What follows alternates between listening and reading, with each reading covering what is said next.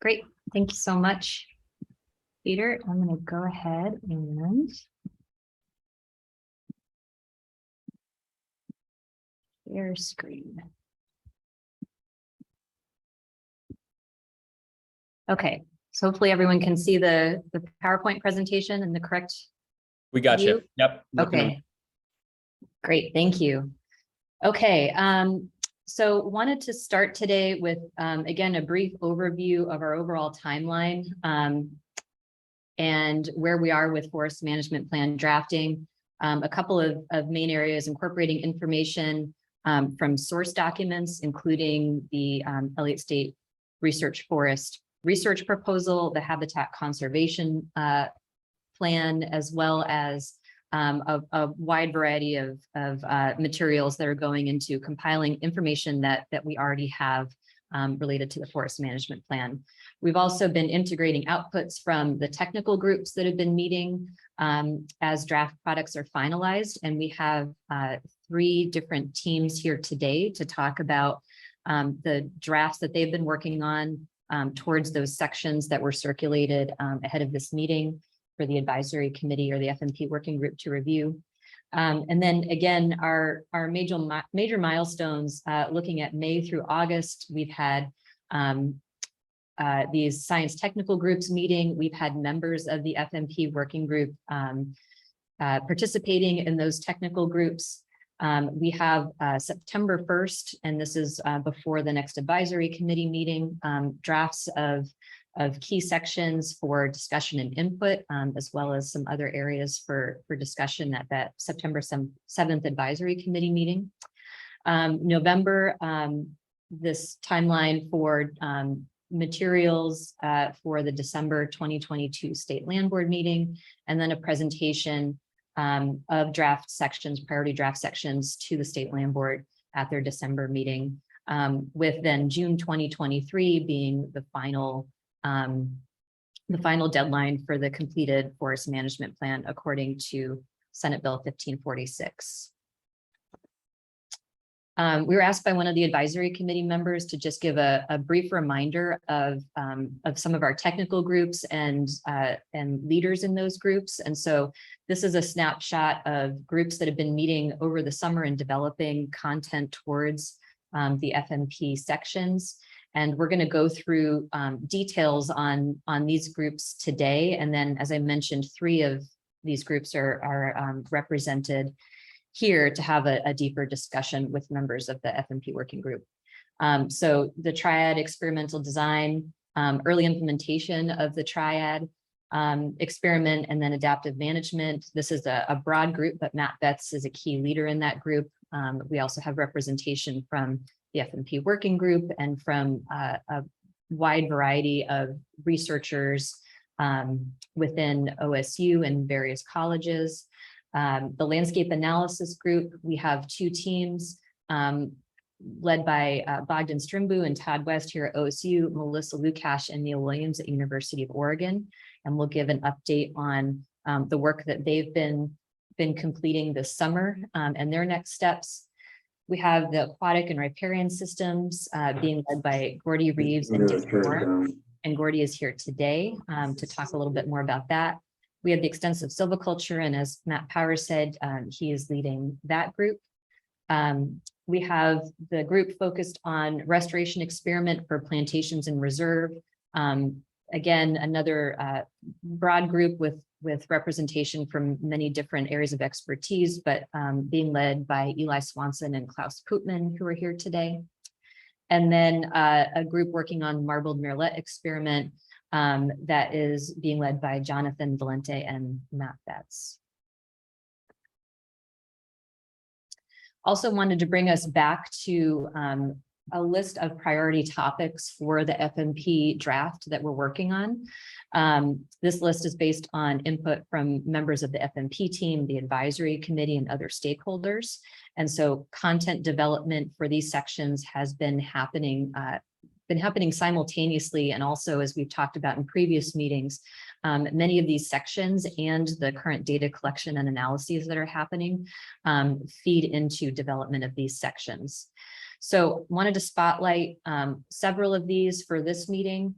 The areas here that are highlighted: extensive silviculture, restoration treatments and reserves, and riparian management and restoration treatments are drafts that were circulated, and these are what we have the time to focus on for our agenda today.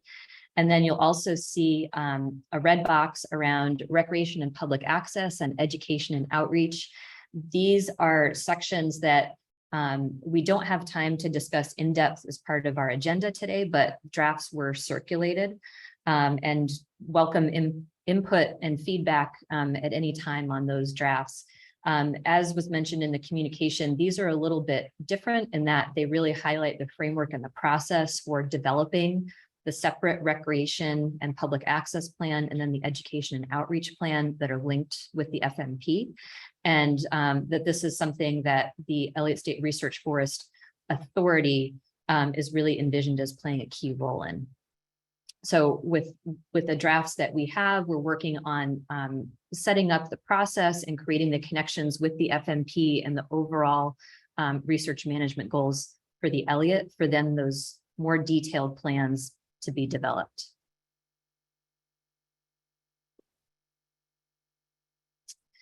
Wanted to take the majority of time to discuss progress and timelines, and wanted to start with a couple of different areas to highlight. One is looking at the updated watershed analysis that is in progress based on revised stand level treatment allocations in the MRW sub-watersheds. And I've got a couple of slides a little bit later on that highlights the criteria and the process that are being used for this updated analysis.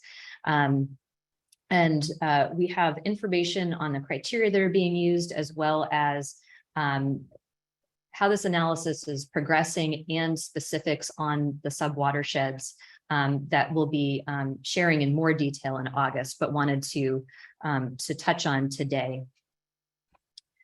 The second bullet point here is looking at the HCP strategy and the multi-species conservation strategy. These have also been in development based on stakeholder impact, stakeholder feedback, sources such as the draft ESRF HCP, the Oregon Conservation Strategy, discussions with experts on threatened and endangered species and species of concern, as well as work that's been happening this summer on biodiversity pilot plots and integration with the monitoring plan. And so there are some areas here that are in progress this summer where we'll have additional data that will feed into the development of the conservation strategies. And alongside of that, we've also been talking with experts on specifics as far as the full habitat biodiversity strategy and specific species of concern, including, just as an example, the coastal martin, which has been part of the planning as a species that we are highlighting. And so we are in discussions with experts, including Katie Moriarty, about coastal martin and how to address habitat, and then also current projections for coastal martin on the Elliott, so that we can feed that into the FMP. So we'll have some updated information to share there as well in August ahead of the next meeting. Third bullet point here is adaptive silviculture for climate change, with, again, drafts to be shared in August. And the focus here is on outlining the adaptive management strategies that are envisioned as part of this ASCC, Adaptive Silviculture for Climate Change approach, linkages to the monitoring plan, the adaptive management plan, and the various treatment strategies will be a key part of this. And then the second part is outlining the process for the Elliott State Research Forest to apply the ASCC principles to the Elliott. And so this is based on a published process that brings together researchers and managers at the local level under a PI and under the research program for the Elliott. And a lot of the data and analysis that's happening now, which we'll get into in more detail, on the forest inventory, on biodiversity plots, and the aquatic and riparian systems will also contribute to developing the details under these adaptive strategies. So we'll have the outline for those adaptive strategies as well as that process that we're looking to share in August. And then finally, an updated framework for the monitoring plan as anticipated by the HCP and FMP.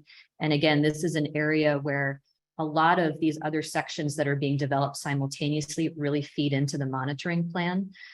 So that includes terrestrial as well as aquatic and riparian components, links to the adaptive management strategy, as well as information that we have from the pilot project that's happening this summer. So that will be woven into the ultimate draft monitoring plan, as well as a monitoring report that we have coming this fall based on the work that's happening right now on the Elliott, as well as lessons learned from the H.J. Andrews and similar biodiversity plot designs that have been used there. Wanted to dig into these details a little bit more. And so first, we wanted to highlight what's been happening with the Triad experimental design and work of that technical group, as well as the team analyzing the sub-watersheds with the current data that we have. So the first bullet point here is looking at identifying early implementation sub-watersheds, and this is for the Triad experimental design. And so if you remember in the research proposal, the outline is to identify 16 sub-watersheds in the MRW, and then a series of 4 control sub-watersheds in the CRW to implement the early part of the Triad experimental design. And so this technical group has met, they developed a list of criteria for identifying sub-watersheds to be part of this early phase. And so they discussed criteria on watershed size, avoiding spatial clustering of watersheds in the same treatment and some of the confounding variables there, prioritizing complete watersheds where possible, looking at silvicultural feasibility based on current conditions and what the goals of the treatments are and stakeholder concerns. And they also considered potential confounds such as elevation, aspect, site index, threatened and endangered species habitat, and age class distribution. So we'll be circulating those materials with the watershed analysis. These are based on that list of criteria, these are the 17 sub-watersheds that the group has identified. And then the further analysis that's been happening is feeding into those conversations about narrowing the 17 down to 16. There are a couple of trade-offs between the sub-watersheds that were identified. The second bullet point already kind of alluded to, but a part of this process that's been happening alongside identifying these early implementation sub-watersheds is finalizing proposed treatment allocations. And this is at the stand level, so within the sub-watersheds. And this is based on a process of developing criteria with review by the technical group and analysis of the 17 sub-watersheds that the group identified. Also happening alongside of this is continued spatial analysis. So we have the 2021 LIDAR data that we received in the spring, and that data has been used to make boundary adjustments to better align stands and sub-watersheds with the landscape based on the updated data. And Deanne Carlson has been doing that work as well as developing screening tools based on tree height from that 2021 LIDAR data, as well as information that we have about spotted owl and marbled murrelet habitat based on the HCP and the analyses that have been done there, looking at steep slopes and stand age. And so this is an example of those screening tools and how they have been applied to the analysis of those 17 sub-watersheds, which will then be we're in the process of expanding them to the full 40 MRW sub-watersheds. So this is sub-watershed 4. And the goals here in looking at reallocations of stands within this sub-watershed based on criteria that include stand age, but move beyond that layer of detail. These are the data layers that we're using to do that analysis. And so the goals here are looking at multiple criteria and making decisions within the confines of, or sorry, the bounds of what we have from the research proposal, as well as the current conditions on the landscape. And so the goals here are reducing intensive treatments on steep slopes, reducing fragmentation within sub-watersheds, looking for opportunities to better align treatments with road access, and support updated planning on where and when to harvest. So you can see here in this example that Deanne put together, we have the boundary of Sub-Watershed 4.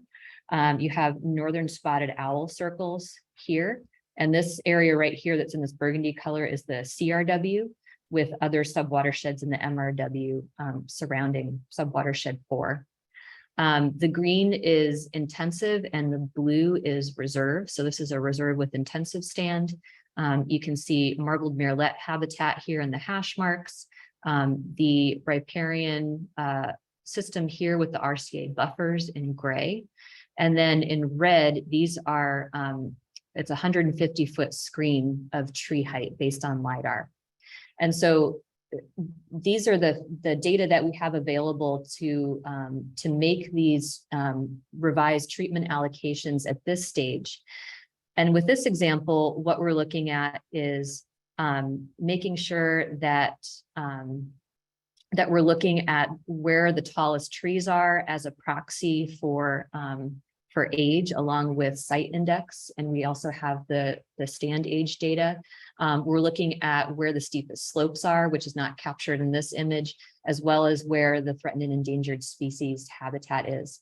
And so this is the before version. And what we're looking at for the current analysis is making some moves to put an area of steeper head wall in reserve and decreasing fragmentation here. So these are the details that we're working on for the full 40 sub-watersheds. As I said, we have the 17, and we're going to be sharing the detailed notes for this process and the criteria with the advisory committee for a full discussion.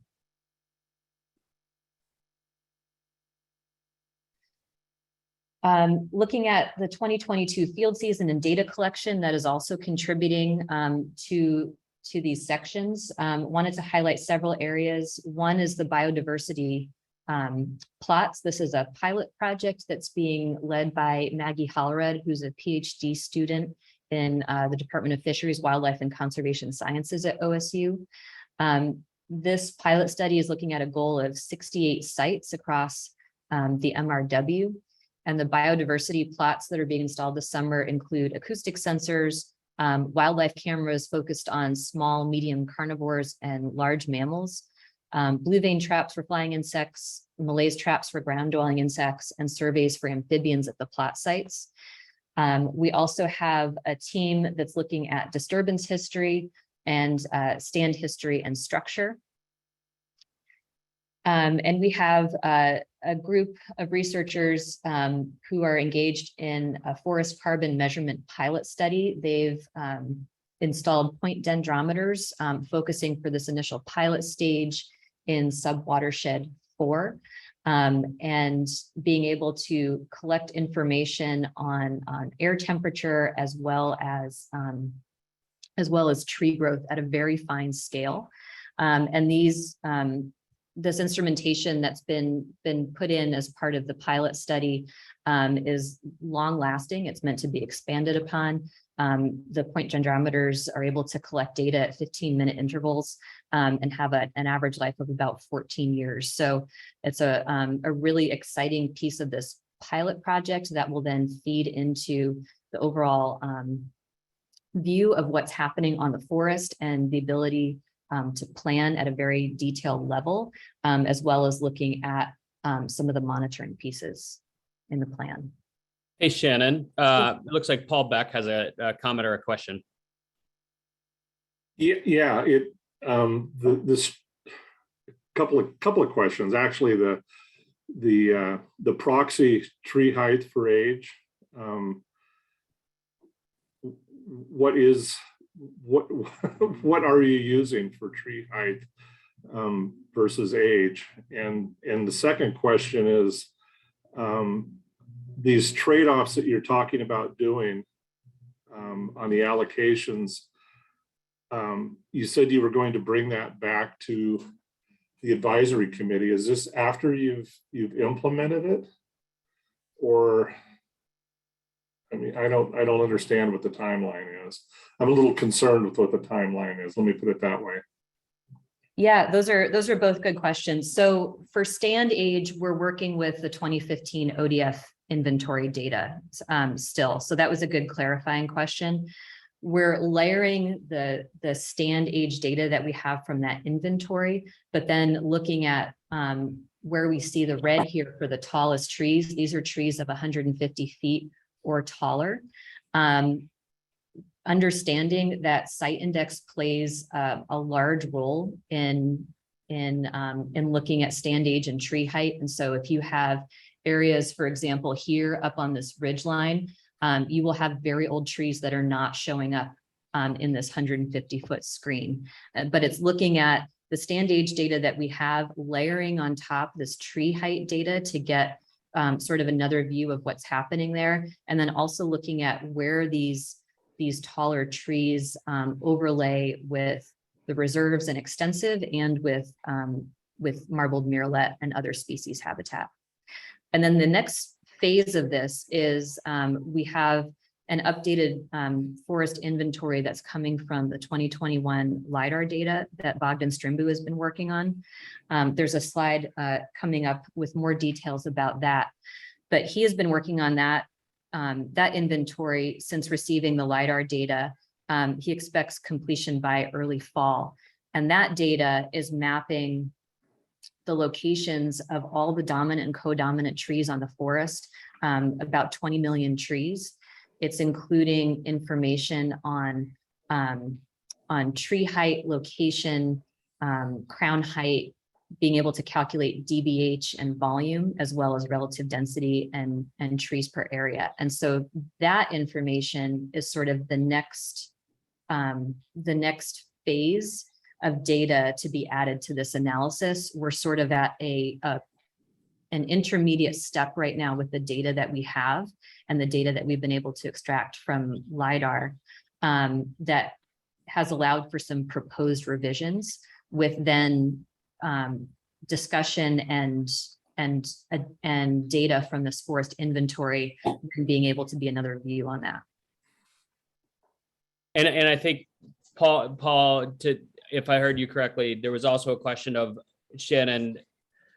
So if that's the sort of the approach, then can you explain how you envision engaging with the advisory committee members, particularly the FMP work group members, as refinements to, tweaks around the edges of, allocations are happening? Are you coming to them with a set of recommendations? Are they involved in where those things might be happening? Can you talk a little bit about that?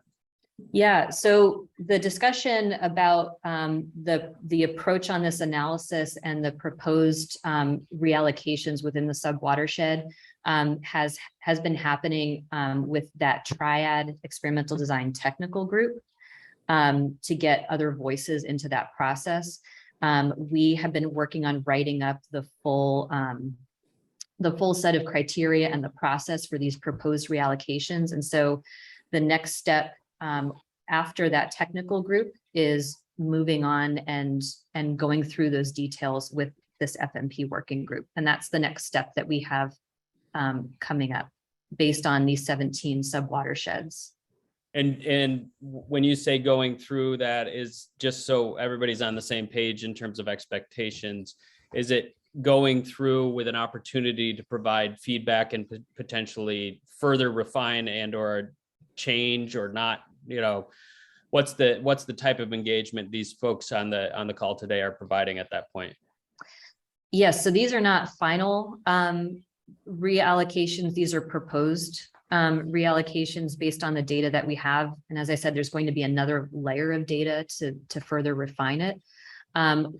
What we have to share with the advisory committee is a look at where the allocations were based purely on stand age, the data and the suggested changes, if there are any, and then the notes about the different criteria that were used to make those suggested changes. So it's sort of walking through what the prior allocations looked like, the proposed changes and the reasons why, and then the after. So the step-by-step process to be able to have that conversation with members of this FMP working group. One other quick question. Coastal martin, are they present? And if so, what is the foreseen impact on this project? So that's one of the questions that these biodiversity plots may be able to help answer over the long term. If you look at maps of coastal martin habitat, they're in the closest populations that have been mapped are in Northern California and in the Oregon dunes. The plan for the Elliott and the research proposal, there is potentially habitat that coastal martins may move into. We, from our information, are looking at what we have currently based on our forest inventory and the habitat, but that will be part of these biodiversity plots in the monitoring plan. If there are coastal martin that move on to the forest or that potentially, could find habitat there that we would look at picking them up with the monitoring plan.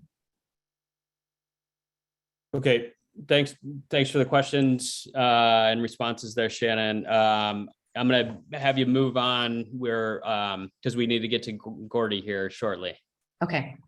Hey, Peter, could I just ask, I think Paul asked about timing of it. So I was interested on when the details of the watershed analysis might be shared with this group.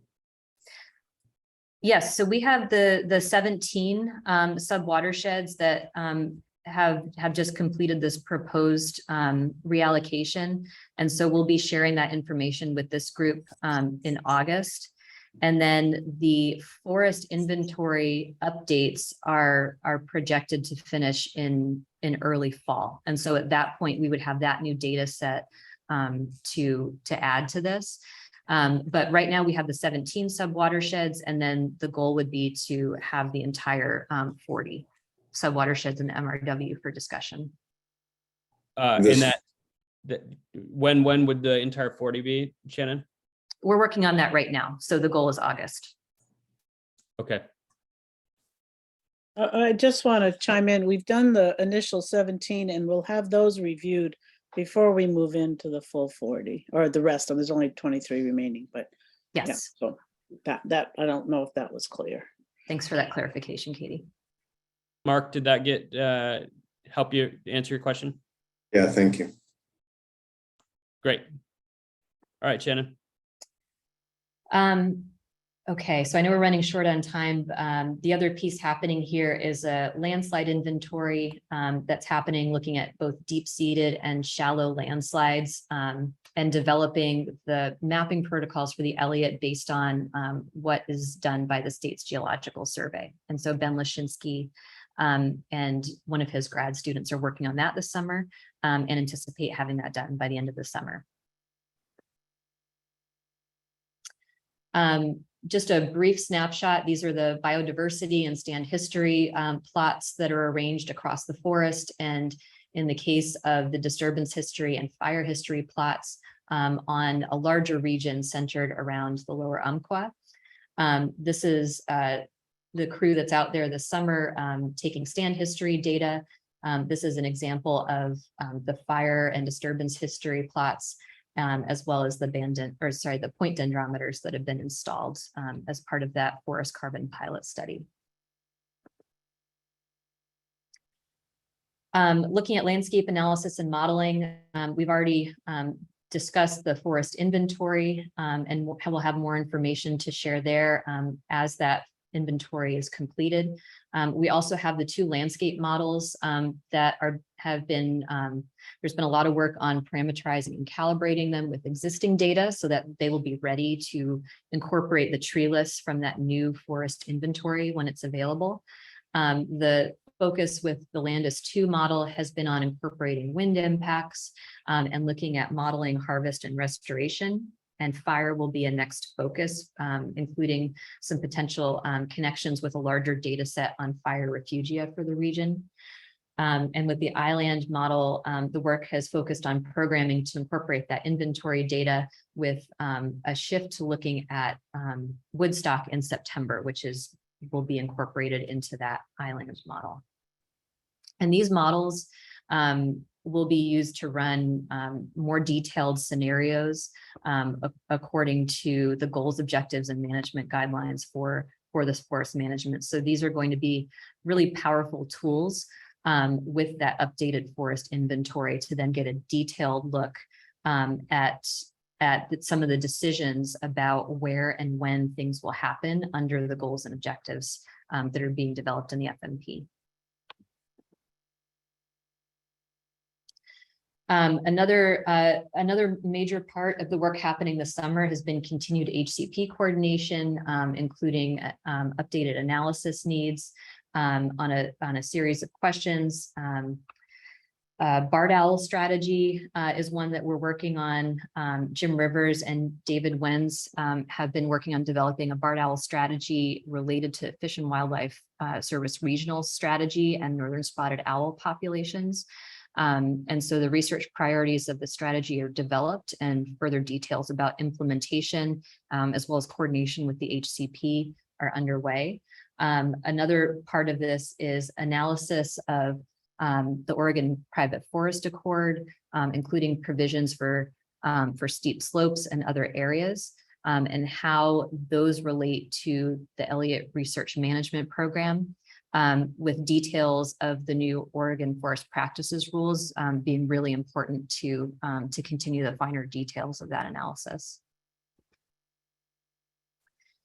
On the financial analysis, there have been updates to modeling based on the technical group input, including revisiting assumptions on how some of the treatments are modeled, as well as looking at scheduling and updated silviculture and harvest costs. This is another area where that completed forest inventory in early fall is going to be really critical with that new tree list and to go into the next phase of modeling, both at the landscape level and for the financial planning. Additional analysis is in progress. As I said, the tree list and then the landscape models will assist with developing the scenarios that we want to look at further. Information sharing has been happening with consultants as part of the third-party review, and we'll have updated details to present to the advisory committee at the September 7th meeting. And then today, just to circle back around to the beginning, really want to focus on discussion with the technical group leads that we have today on the aquatic and riparian systems, extensive silviculture, and restoration thinnings in the CRW, but also happy to answer any questions about these other progress updates and timelines, either today if we have more time, Peter, or at any time. And with that, I'll turn it back over to you. Thanks, Shannon. Any quick comments or questions from the advisory committee? And as a reminder, Sue, I see your hand. Discussion during these meetings is focused on advisory committee members only, but we do have an opportunity for public comment at the end. So you can just let us know via chat if you'd like to sign up for public comment. Mark? Yeah, just a comment, I guess, Shannon, you mentioned sharing or an update on the financials in September. And I guess I hope I hope the materials shared is sort of a substantial bunch of material for the update and not just sort of an update. So I guess I'm making a distinction between an update and actually, enough information so that we can all begin to get a better feel of what that's looking like. So I wasn't really sure what you intended there.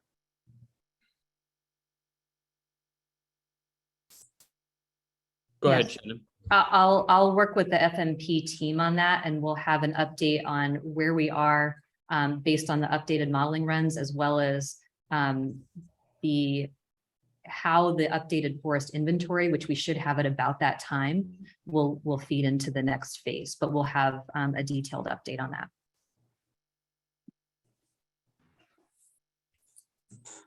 Great. Any other brief comments or questions before we turn our attention to Gordy in the aquatic and riparian section? All right, Gordy, you're up. Okay.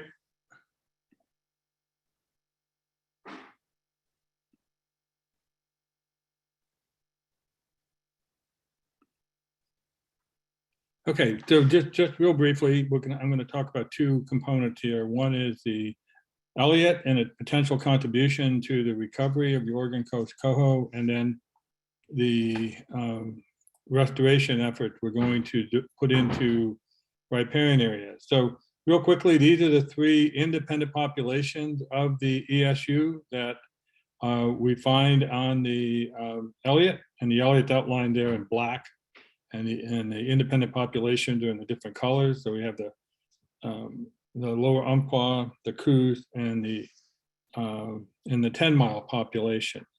And if we look at the amount of critical habitat that's been designated by National Marine Fisheries Service, you see that a relatively small percent in two of those independent populations, the Coos 12% and 4% of that lower Umpqua. The biggest contribution of the Elliott potentially is to the 10-mile, where 21% of the critical habitat is found in there. So if we look at what the contributions are going to be to, first of all, to the independent populations, I think that's the key here, because the viability of these independent populations that determine the viability of the larger ESU. There's going to be some contribution undoubtedly from the Elliott in terms of fish number, but the real contribution, I think, is, and we've talked about this before, is going to be the downstream areas in terms of the improvements we will see in the Elliott riparian ecosystem are going to be transmitted downstream in the forms of water, high quality water, wood, large trees will be moved downstream. And then also there'll be the input of nutrients and other materials that will should enhance the productivity of these areas downstream. Now there'll be effort, we've got to develop monitoring programs both for the forest itself. I'll talk a little bit about some ideas for that. And we're going to have to coordinate with others in looking at these off-forest effects, but I think they're going to be quite substantial. And we look at this as having the Elliott be the foundation for the development of very comprehensive restoration program for these three independent populations. And also looking downstream, I mean, one of the major benefactors of this, besides the coho, are likely to be lamprey, which are not listed at this point in time, but there's been a lot of movement to get them listed, and from a tribal perspective are very important. The other potential contribution of the Elliott in terms of fish is going to be maintaining life history diversity, and the Elliott will be contributing to this by having juveniles that are going to not just rear on the Elliott, which we expect there'll be some, but they'll contribute into these other life history forms that we are now discovering in coho, where these fish move to, the juveniles move to different parts of the basin and complete their life history in rather unique ways. Prior to the last couple of years, everybody assumed that fish that left the rearing area, the initial rearing area, were lost from the population, but we now know that's not true. And I think the Elliott presents a really unique opportunity for us to, one, look at how the contribution of the different life history forms to the population. And what we're going to be doing, and I mean, I think we have a really unique opportunity to do some really cool research where we look at the, in order to track all of this, we're going to look at the otoliths. The otolith is a bone that's in the head of the fish, and it has a daily ring on it. And that ring is reflective of the environment that that the fish was on that particular day. And this is Chinook. I'm just trying. I want to illustrate this. It's just looking at these different life history patterns. Here you see in the upper that upper panel. These are fish that basically emerged and moved almost immediately to the ocean. And then we think there are some coho that do this versus others that'll spend an entire their entire freshwater life history maybe in one place. And the other unique thing we can do is by looking at the chemical signatures at different points along the way, we can tell where the fish was. So we'll be able to tell that we fully expect that the Elliott and the streams on the Elliott will probably have a very unique signature, say relative to the middle and the lower Millicoma or the 10-mile area, and then when they get into that lake system.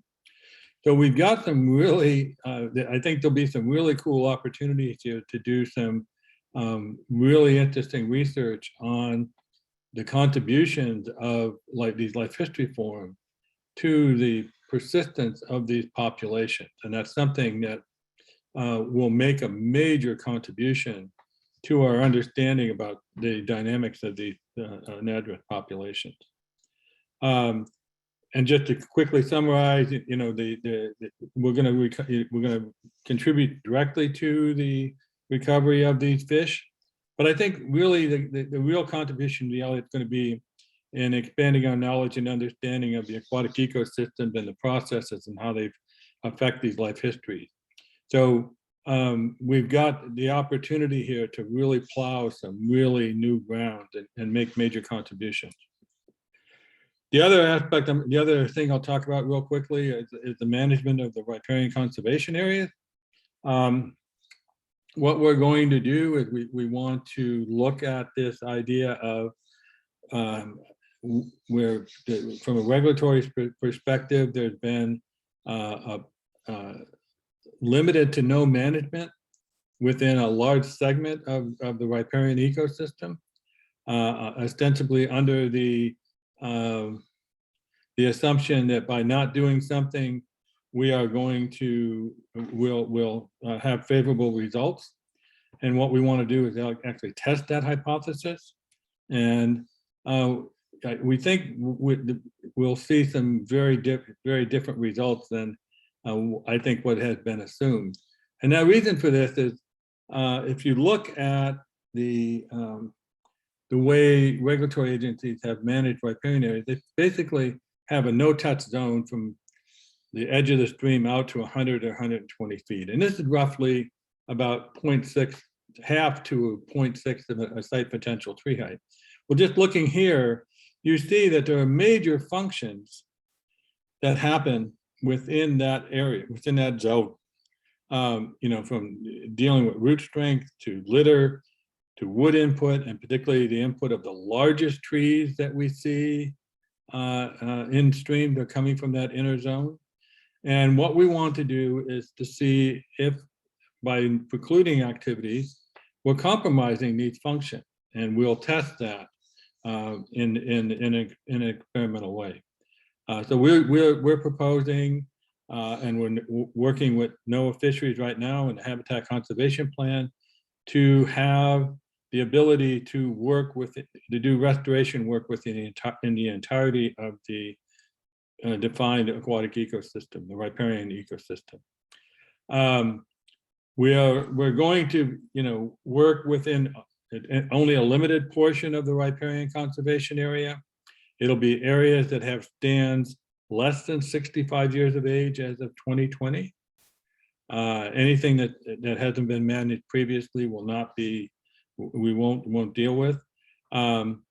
And this means there's about 35%, right at this point, approximately 35% of the RCA in the MR in the CRW, excuse me, about 35% of the RCA and the CRW is less than 65 years of age, and about 45% is in the MRW.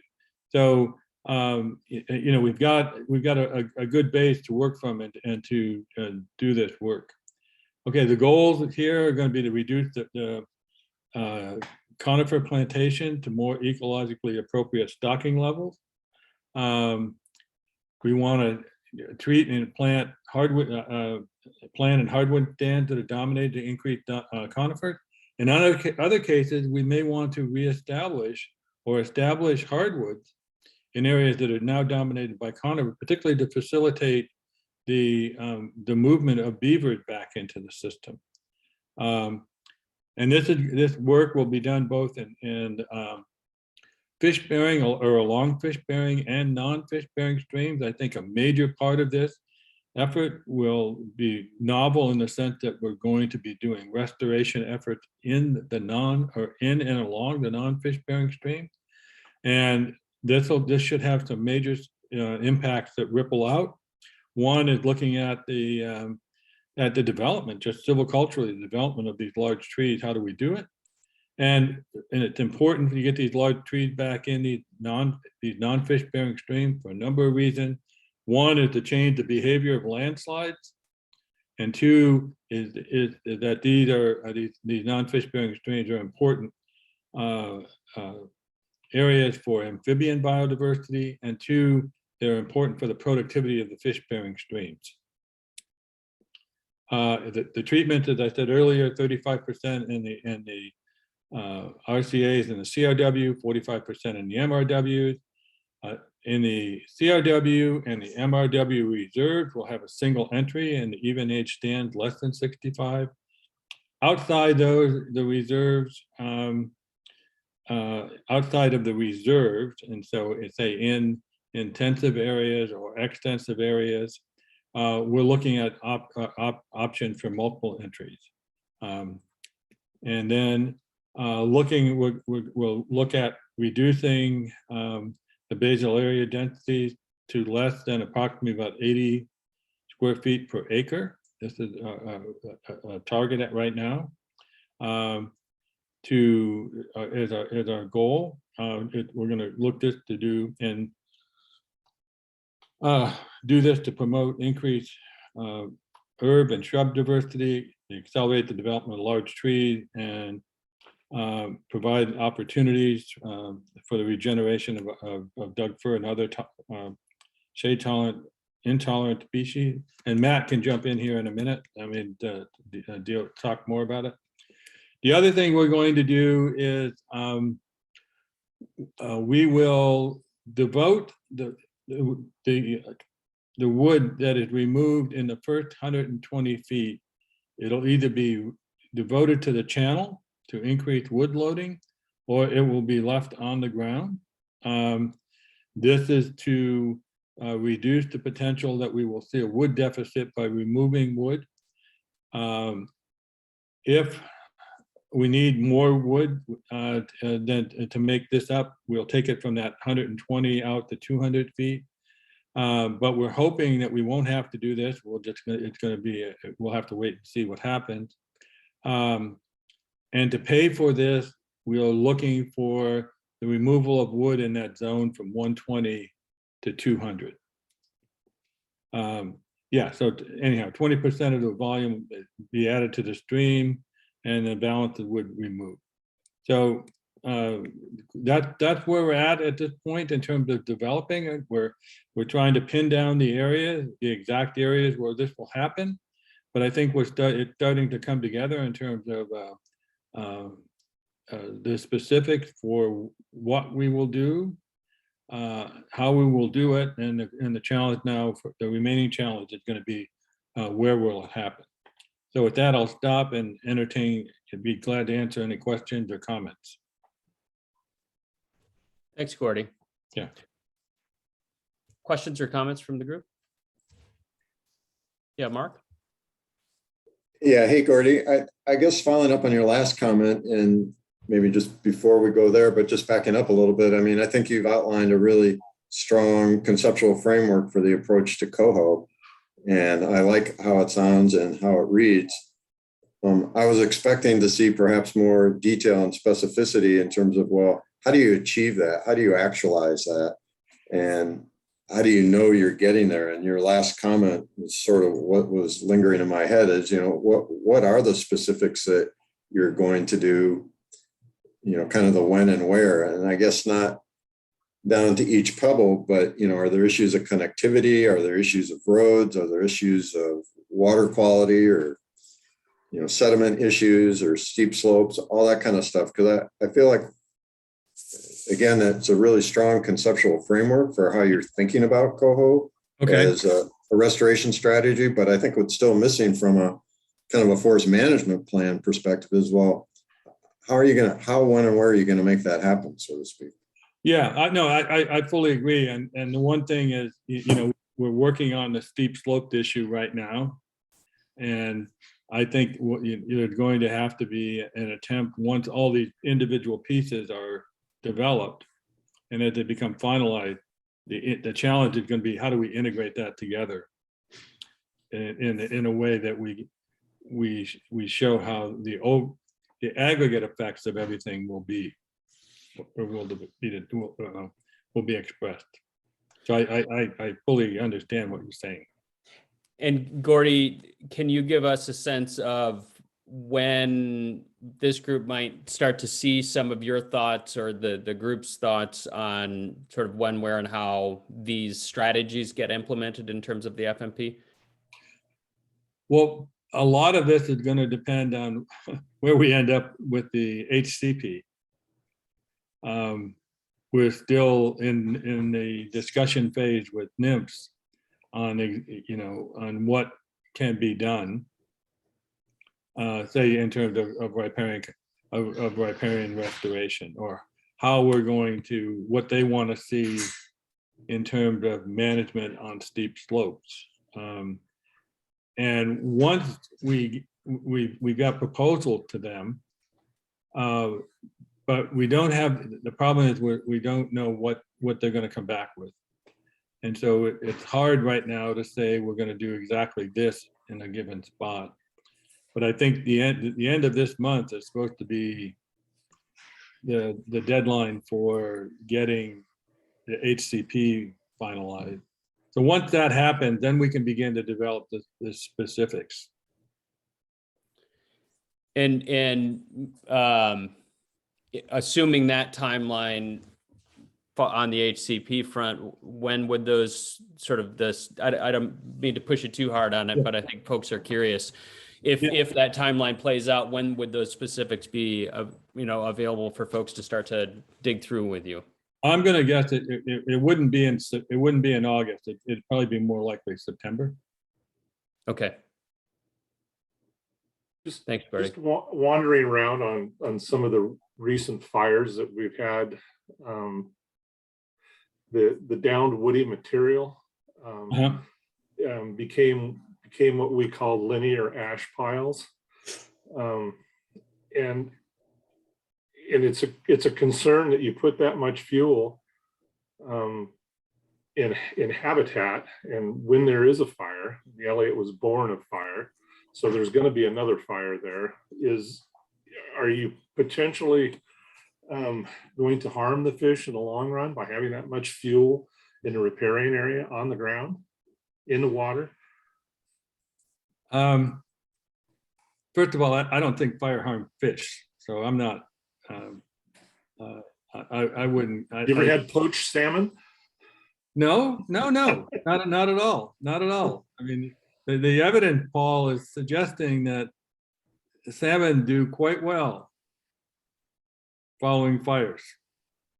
If you have the right legacy, and having that input of large wood and sediment into these channels post fire can be a real boom for fish population. But There's other reasons, there's other reasons to have wood on the ground, from a biodiversity perspective. And, I think this will be, this will be a test to see if, in areas that maybe we do, if there is a fire and we've got restoration, the signature of restoration is to leave the wood on the ground or essentially in the channel. I think we'll have a real test about the effect of doing that, and we, that could lead to, some pretty significant contribution to our understanding about, the downed wood and its effect. So, I mean, right now, it would be nice if we could go to the point where we said, okay, we'll leave it down in some areas and not in others, in that 120-foot zone, for example. I don't think we get the permission from NOAA Fisheries and the HCP to do that. Frankly, we're pushing the rope uphill right now, trying to get the okay to do what we're proposing. I think if we were to start to say we were going to do something different and remove wood from that inner zone, we would have another big issue on the HCP. I understand what you're saying. Thanks, Gordy. Yeah, Mark? Yeah, Gordy, I guess maybe circling back and asking the question a different way, assuming NIFS would approve what you'd like to do or what you're proposing, what are you proposing to do in terms of some of the specifics? Well, what we're proposing, Mark, is in the areas that have been previously managed. What we want to do is go in and restore the ecological processes that are there. And that, and I showed some of those, the root strength, the litter input, the wood contributions, and particularly one of the major things with regard to wood contribution is we know that the largest pieces of wood that we see in stream originate from an area very close to the channel, okay? And we know that those in the terrestrial side, the largest trees develop under very low stocking densities. And in many places, in that 35% in the CRW, 45% in the MRW, we've got many plantations that are heavily overstocked, and they're in that zone that it's close. Much of that is in that zone, and from 120 foot in to the stream. And what we want to do is be able to go in there and begin to jumpstart that process of the development of these. And one thing is the development of these large trees. So we've got to reduce the density of those of the trees to facilitate the growth of these larger trees that at some point will be recruited into the channel.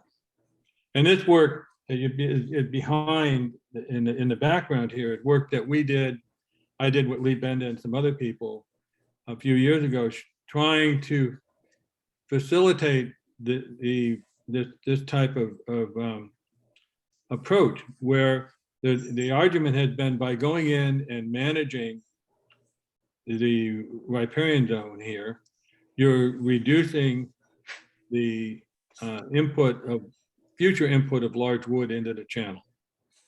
And what we did is, this was a modeling exercise, but we went through an exercise where we looked at how much of the wood would you have to put in to the channel, the wood that you're removing as part of your restoration effort. How much would you have to devote to the channel to offset the potential loss of wood? And it turned out it's somewhere between 15 and 20% of your volume. And you say, well, why so little? Well, it turned out, because it's the, trees are randomly falling in riparian areas, they're not directionally falling. And so the idea here, it takes a small a proportion of that wood, a relatively small proportion of it wood, to offset what is perceived to be a negative effect, i.e. the loss of wood. But the additional benefit you get out of it is larger trees in the future. So we're trying to restore the integrity of these riparian areas rather than, I would argue, what we're testing here is restoring them in a I think an ecologically responsible way, as opposed to compromising or retarding the development of these ecological processes. So that's the idea behind what we're trying to do. Mark, did that answer your question? Yeah, that's helpful. Thank you. Great. Any other comments or questions from the advisory committee?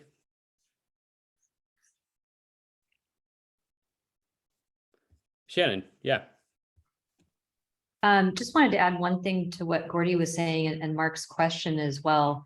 There's sort of this step of identifying the goals and objectives, and then how you determine where the specifics of the thinning that Gordy and his team are working on and skips and gaps will happen. And then there's this additional layer of that involves the updated data, including the forest inventory of saying, okay, here's our goals and objectives. Here's our guidelines for how we determine where these actions take place within the restoration treatments. And then with the inventory data, we can take a really close look at these stands that have been identified that are plantations less than 65 years old in the RCA, their exact locations and details such as relative density, and really close measurements of those individual trees to get down into the details of the when and where. So that's sort of the next stage that also the forest inventory feeds into. Thanks for clarifying that, Shannon. Okay. Last chance for comments and questions on this particular topic. Not last chance, but before we move on, any other comments or questions?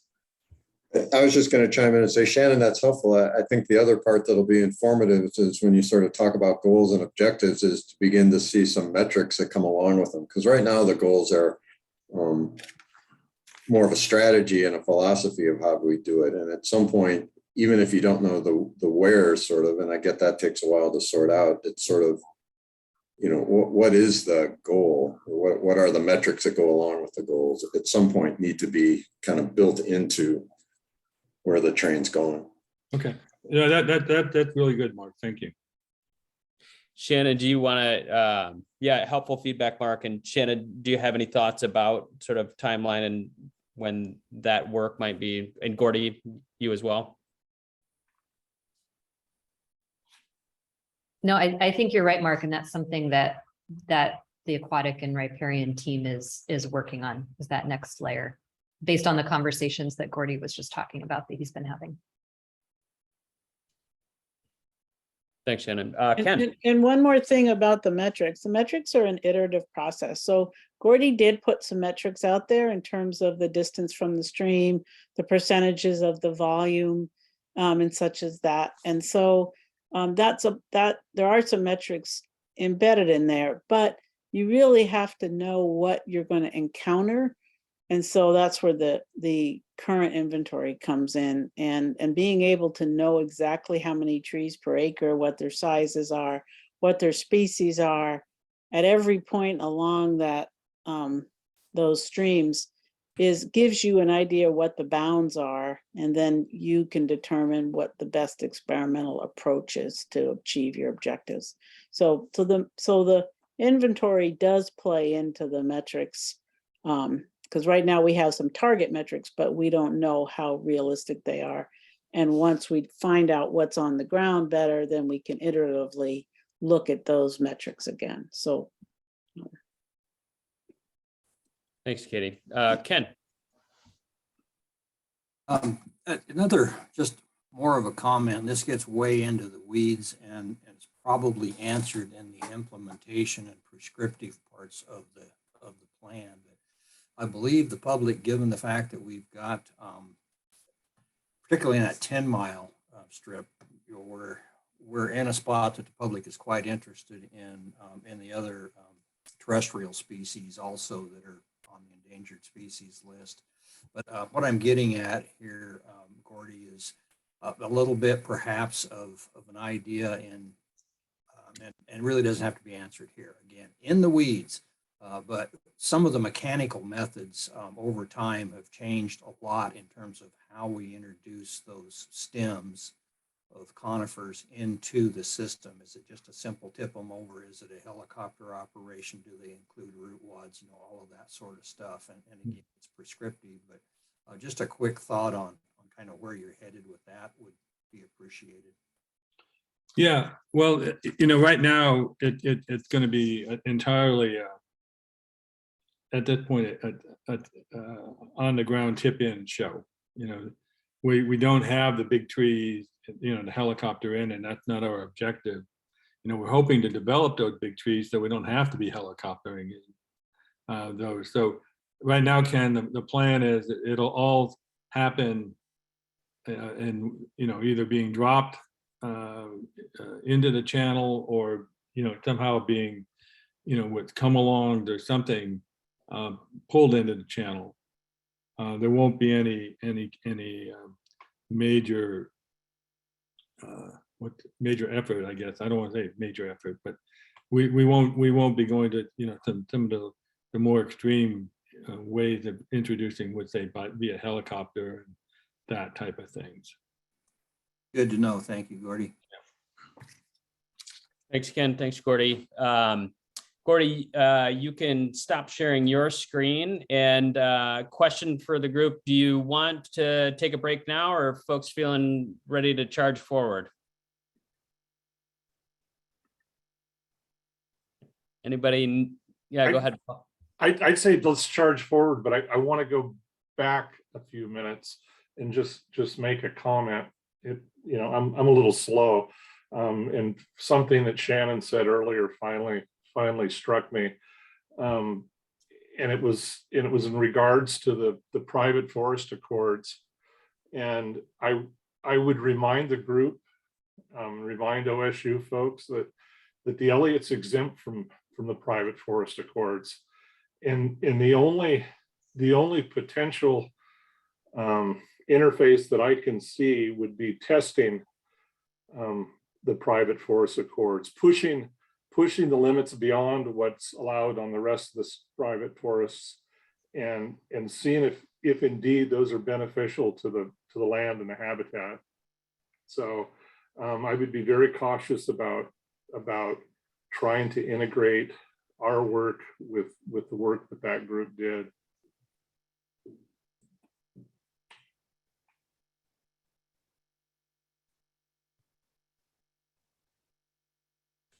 Okay, Paul, thanks. Matt, is it okay to adjust the timeline here on you a little bit and have you jump in? Yeah, I can go ahead if we want to skip through break. Great. We'll still take a break for folks, but meantime, we'll keep going here. All right. Well, let's see. You should be seeing my presentation here, except I didn't start at the beginning. Thanks everybody. What I'm hoping to do today is really just give you more of an overview of kind of the framework for management direction that we're developing for the extensive treatment areas on the Elliott. And to start that, and I think this is sort of relevant to Mark's question about how these different pieces of management direction fit together to ultimately drive, you know, manage for X outcome at Y location. So when we think about kind of what we're trying to develop in terms of management direction for the extensive areas, what we're trying to do really is craft language that describes the desired outcomes of both research and land management across all extensive areas. So across both, you know, 100% extensive watersheds like this one, as well as Triad watersheds that contain a component or the extensive component of Triad watersheds. And then use that language that describes desired outcomes and sideboards and requirements that would impact implementation to inform modeling efforts that we can use to evaluate potential outcomes of different scenarios or different schemes for assigning treatments, and then ultimately use that combination of input to provide guidance and sideboards for the sort of operational planning that would occur, every year to 2 years, to make decisions about where to do the next round of, say, regeneration, harvest, or thinnings, and what the specifics of those particular treatments are going to look like. So that's kind of the big picture of what we're trying to do here. And we do that through sort of a hierarchy of goals, objectives, and what we've called management direction, with goals being really the sort of broadest and most aspirational statements that are just trying to describe desired outcomes of land management on really long timescales over large areas. Objectives being a little bit more specific and usually tied a little bit more to specific resources. And then management direction being kind of the piece that really describes, here's how to try to go about achieving those objectives. So what we've developed are sort of 3 overarching goals that would apply to all extensive management areas. As I mentioned before, these represent, basically aspirational statements that are describing our desired outcomes of land management, as well as research on the Elliott for extensive areas. Generally, these statements are going to encompass a bunch of resource values. And getting to Mark's point about kind of metrics and indicators, for that reason, we're not usually going to see specific kind of metrics or indicators of success within goal statements. We'd see them sort of farther down the chain of management direction. And then, our goals for the extensive areas are always going to be statements that are applicable across all extensive management areas. So both 100% extensive sub-watersheds and extensive management areas within Triad, regardless of what the current stand conditions are, right? And as I mentioned, these are, sort of long-term and large spatial scale in nature, right? So the 3 goals we've developed are, start with one that's basically focused on the research platform, right? So, the primary purpose of a research forest has to be tied into doing research. And as a result, the primary purpose of these extensive management areas, we're trying to link to this goal of basically providing opportunities to look at innovative approaches to extensive forestry or ecological forestry, or just in general, silvicultural approaches designed to create landscapes that are going to provide sustainable supplies of a bunch of different goods and services. And then our second goal is basically the goal that provides direction to provide sustained yields of a bunch of different things. So ranging from providing different types of wildlife habitat to support biodiversity, to providing levels of renewable materials, including wood products, to support local economies and communities, to providing recreational opportunities, access and culturally valued resources for tribes, and tying into the HCP in terms of providing an increasing amounts of suitable habitat for murrelets and owls over time. And then the third goal, to tie into Mark's comment a little bit, is really where we'll start to see sort of embedded underneath that goal information about more quantifiable metrics and indicators. So the third goal is really saying, do adaptive management, which requires us to collect data and use that data in concert with sort of defined thresholds of acceptable performance to determine whether or not we're meeting our first 2 goals. And if not, to use an adaptive process to modify our management over time. So embedded under each of those goals, we have several objectives. Objectives are generally going to be focused on more individual resource values, providing a little bit more detailed descriptions of desired outcomes for each of those individual resources. So there where we start to see some guidance on how to achieve the really broad desired outcomes from our goals.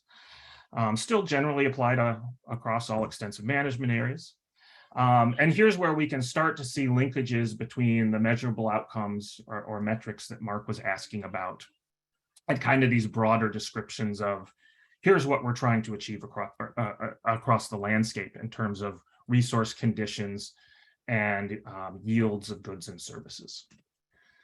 Okay, so just an example of some of those objectives to see what we're looking at, right? So let's just focus on the first one here, actually. So support conservation of biodiversity by providing diverse forest characteristics, encompassing a range of stand structures, successional stages, wildlife habitat features across extensive management areas. That's still a pretty broad statement, but you can see we're starting to focus in more on individual resource values. So this particular objective being focused on conservation of biodiversity, and we're starting to provide some direction on how to do that here by saying, provide this range of basically structural features and successional conditions across the landscape. And then we go on to define how to do that a little more clearly through detailed management direction under each of those objectives.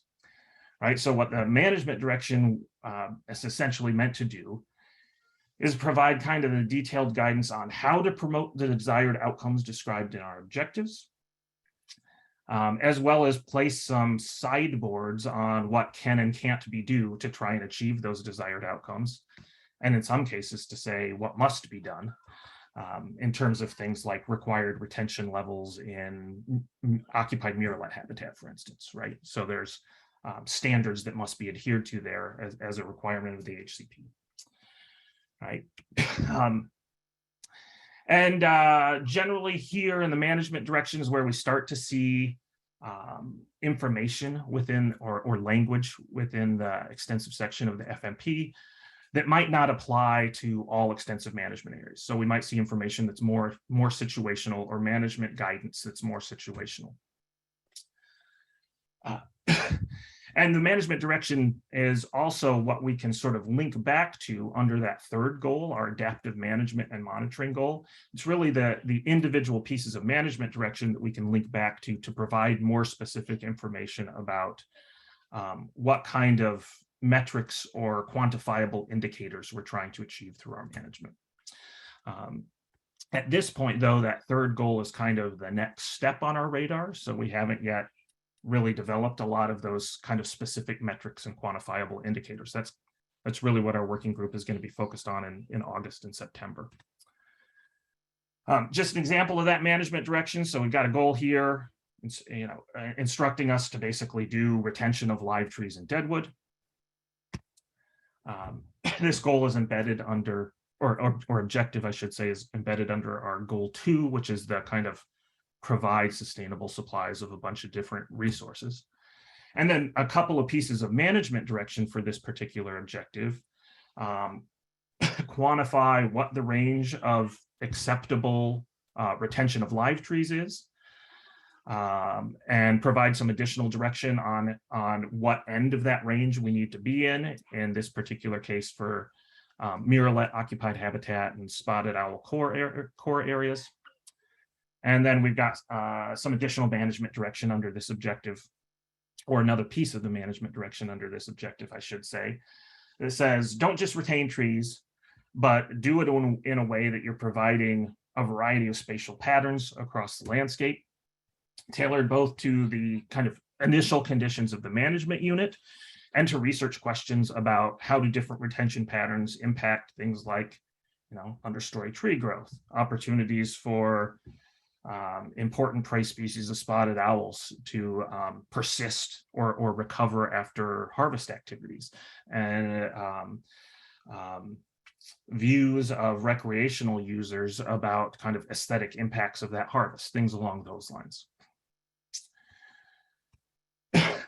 Ultimately, what we're basically providing direction to do in terms of silvicultural activities in extensive management areas is a combination of what I'll generally describe as retention harvest. Sometimes people talk about this as variable retention harvest, but The retention probably won't always be variable. So we might have some stands where we have, relatively uniform dispersed retention, which is what you see on the upper left. We might have areas where we're more focused on creating a lot of high quality and longer lasting early cereal habitat and opportunities for rapid growth of new tree regeneration, where we're going to make our retention more aggregated in sort of large leaf islands and have less retention throughout the rest of the unit. And we might have some retention harvests that are more gap-based, so we can still create relatively, large openings to provide that early cereal habitat and opportunities for, rapid growth or establishment, shade intolerant, both tree species and forbs and shrubs, while still having, bits of higher cover and/or intact and unharvested area between those gaps.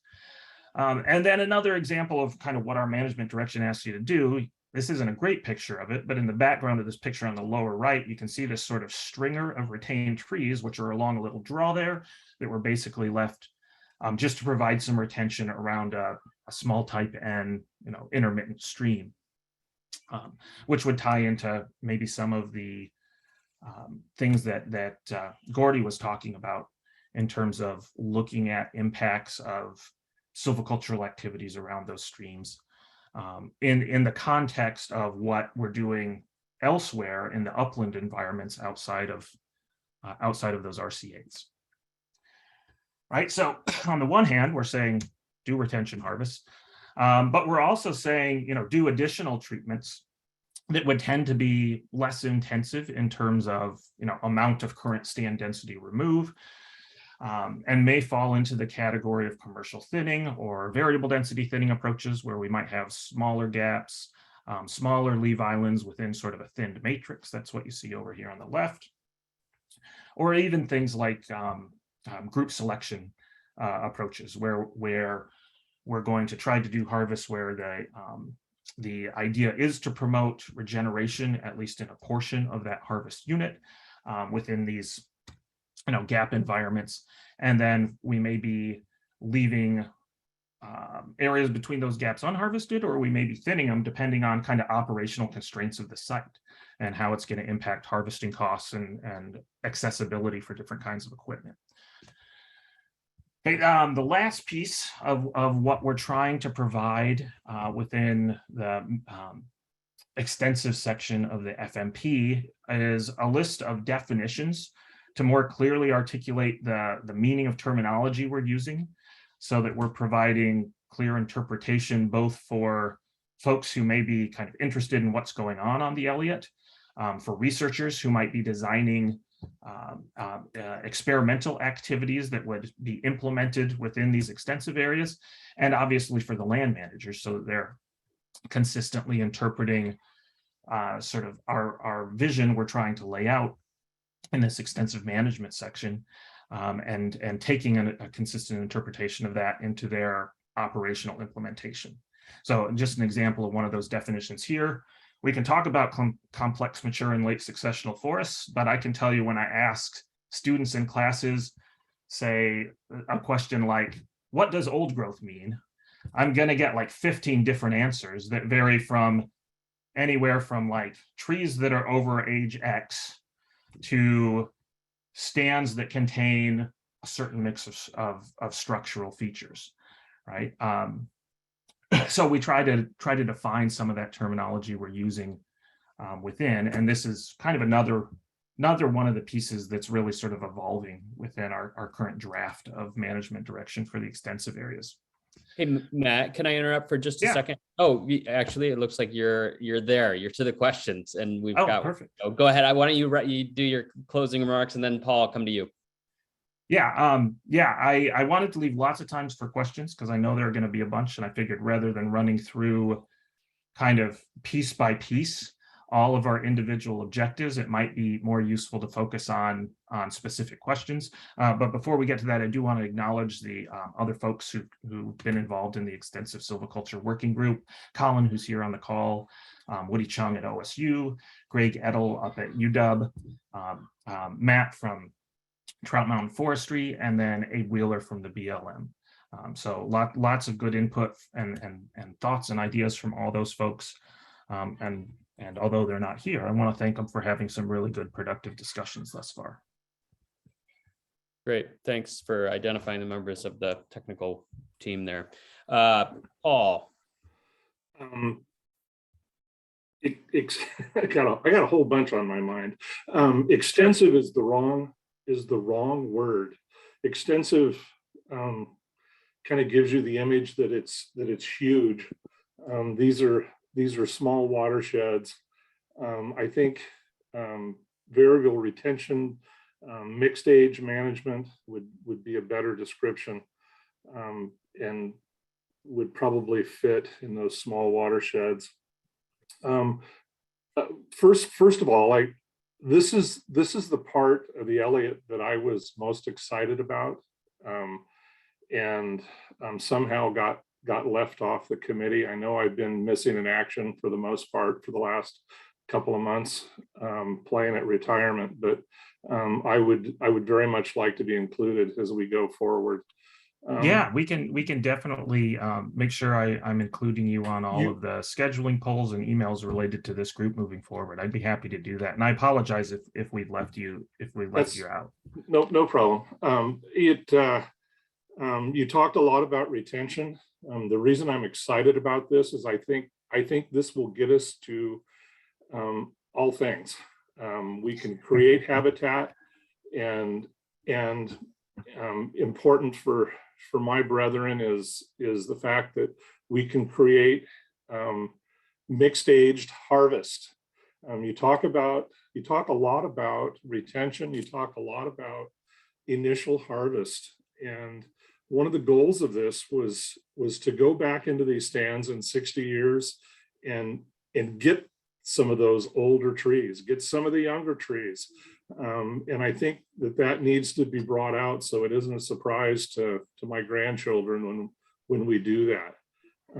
That's an important part of this. This is part of the negotiations, the trade-off, that we would eventually be able to harvest all ages in these stands, and we would have a true mixed age stand. So I think you need to talk about that as an ultimate goal. If we're going to retain the infrastructure that we have going forward, we need to supply all things that the forest is capable of producing. So I would put some more emphasis on yeah, we know what you're going to leave. What are you going to take? And what are you going to take in another 60 years or 50 years or 100 years? I think that's important to get out there so people know. Yeah, that's a great comment. I mean, thus far we've been we've certainly had that idea that ultimately outside of trees established prior to 1868, which are defined as off limits for us, that ultimately we everything else within these extensive areas would be a part of the operational timber supply. And we've tried to be careful about using wording that doesn't constrain our ability, but we haven't been as cognizant of intentionally creating language that says, here is a description of what we'll be removing in those harvests. So we've been more focused on the retention and then tying it to meeting the 50% relative to intensively managed areas yield requirement. But we spent less time thinking about describing explicitly, here's what we'll be taking. So that's a great thought. And these retention areas are not permanent reserves. And the beauty of this whole process is how open the back and forth has been between folks. And I think it would be important to continue to get that out there, that they're not permanent reserves. Yeah, great point. I think it's something we can incorporate into revisions. Yeah, Ken, I see you've got your hand up. I just wanted to say that I appreciate hearing the words early Cyril there. Part of my interest is as a hunter group kind of representative, of course, the large game, but it's also very critical. And again, I appreciate hearing it, that we have those opportunities for complex early cereal to support both the critters that my kind of folks are interested in, and probably a few others on the call here, but also the really complex suite of pollinators, songbirds, and little things with lots of legs that run around soils. These are all other critical elements that can be preserved over time within that complex early cereal kinds of openings. And it's really important, kind of going forward, that we put some serious thought into kind of the spatial and temporal location of those openings across the forest, because they are serving a different suite of species than most of the, what we have in the conifer stands. So I appreciate hearing that. Thank you. Yeah, well, thank you for that feedback, and I'm glad you're excited about it. I think it's one of the areas that the working group has been really interested in as well. And from the connecting the temporal and spatial piece that you're talking about to some of the research objectives, I think some of our really big questions are about connectivity between those early cereal patches, especially for less mobile stuff like pollinators. An elk can move through dense forest between early cereal patches. Some of our pollinators can't move quite as far. The elk can move much faster than I can these days. Thanks, Ken. Yeah, Mark. Hold on, we got you on, you're on mute there.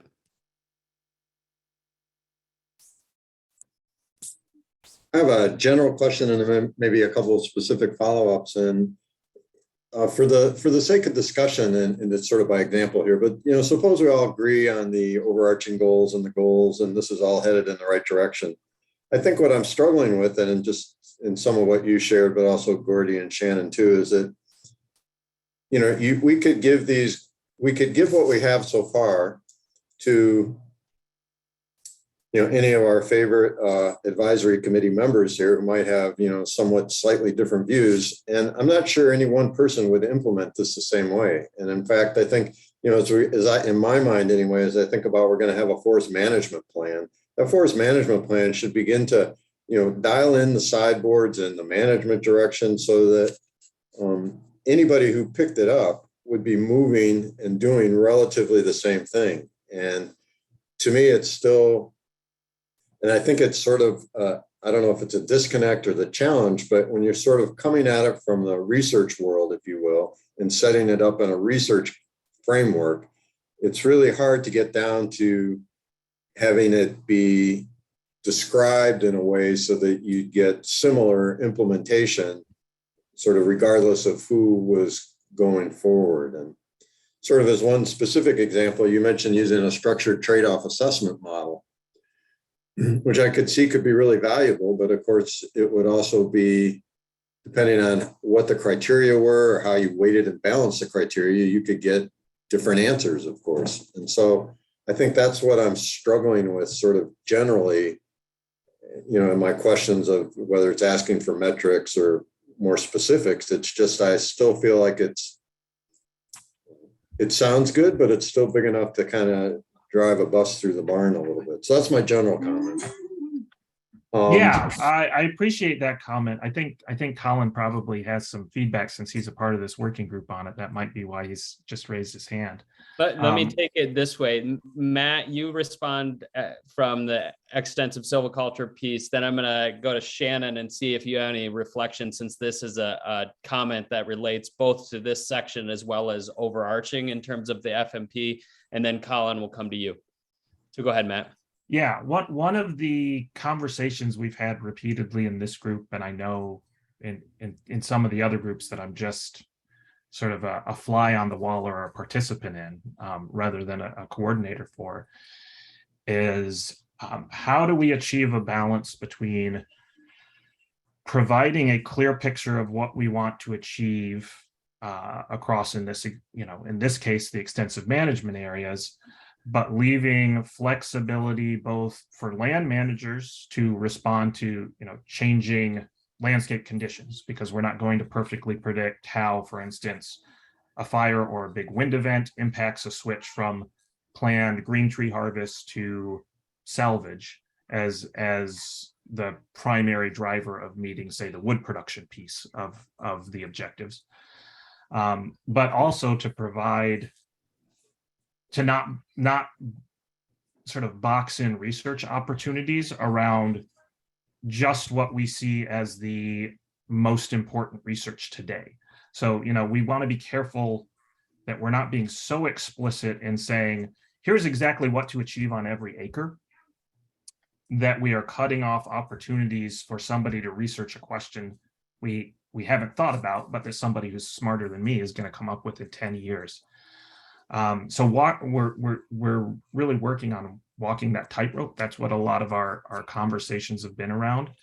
I think part of where you're going to start to see some of that more explicit guidance is going to be in the monitoring indicators. Well, at least in the FMP, as opposed to kind of the operational planning, which would be an ongoing thing between the forest management team and the research team.